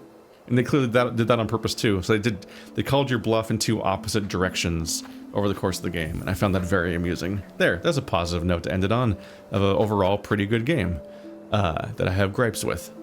I'll see you guys next time. I've been playing this game for 1 million hours. I really want to try to make a video essay. I have a thing in mind, not about this, but my goal was to try to get to work on that after I beat this. So I want to do that next, hopefully, and then do Pathologic. And obviously, if this is somewhat more meaningful to people that are supporting me financially, which if you want to watch my videos early, some people watched this months ago because I was binging it so hard, you can join my YouTube memberships or my Patreon, where I give people early access to videos. And that's how I am able to pay the bills, because YouTube pays jack shit in ad revenue. So the vast majority of my income is from people directly sending me money. So you can do that, and you get the perks of getting to watch this stuff in a more bingey sort of way. So for those people who I'm more talking to, I want to get to Pathologic 3, obviously. I've been anticipating it for ages, but we chose Silksong as the current game. And I want to do video essay, obviously.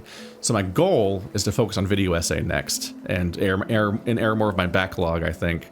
And then the moment I'm done with that, then I'll get to Pathologic 3 as a reward. And kind of a break from how much work it took to write a video essay, probably. But it's been like a year since my last video essay, and I'm mad about that. I'm really frustrated with myself. So I really want to fix that.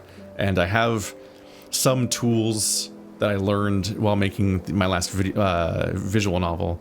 And I hope to utilize those. And I have a specific goal in mind, and it feels like a clean, compact enough script that I can hopefully get that done. So that's what I want to do next. And so those are all my creative goals. If you're new here, I juggle many channels. So I have this Let's Play channel. I'm just talking about everything for some reason now. This is a long ass video. I have a Let's Play channel here that I've been doing since 2013. Even though it says I registered in 2006 because it was my real account that I used to watch YouTube since I was a teenager. I have a tabletop RPG channel called Knoll Playing Games. Knoll with a G, like a grassy knoll, but it's actually a hyena man is also what knoll means. Where we do tabletop RPGs, and that's a great channel with a lot of cool visual assets and stuff like that that get made for it. Then I have my video essay channel, Boring Keith, where I make video essays that one of them has over 1 million views, and I would like to try to do that again someday. I'm trying not to, I've been kind of squandering the opportunity there, and I want to fix that. And then I have a 4th channel, but I call it my 3rd channel because I call it Boring Threeth, like the number 3 instead of Keith. And that's where I do vlogs and rants and so on as a sort of like, hey, here's where that lives. Because I feel like, because it didn't really fit any of my existing, it's normal for people to have a 2nd channel. So I put stuff over there as my supposed 2nd channel, even though I call it my 3rd channel. It's technically my 4th channel. But like, people know by now what a YouTuber's 2nd channel is. That's where that is. I'll put like a funny clip, or some voice acting I did, or a rant and stuff like that, or a podcast. And that's where all that lives. That's my fucked up little ecosystem. And if you look at my front page of my YouTube channel, there should be like a list of all the different channels there, and you can just subscribe to them all individually. But yeah, this has been Hollow Knight Silksong. It took like 70 hours or something. And I am on vacation, which means I'm working on something harder now. See you next time.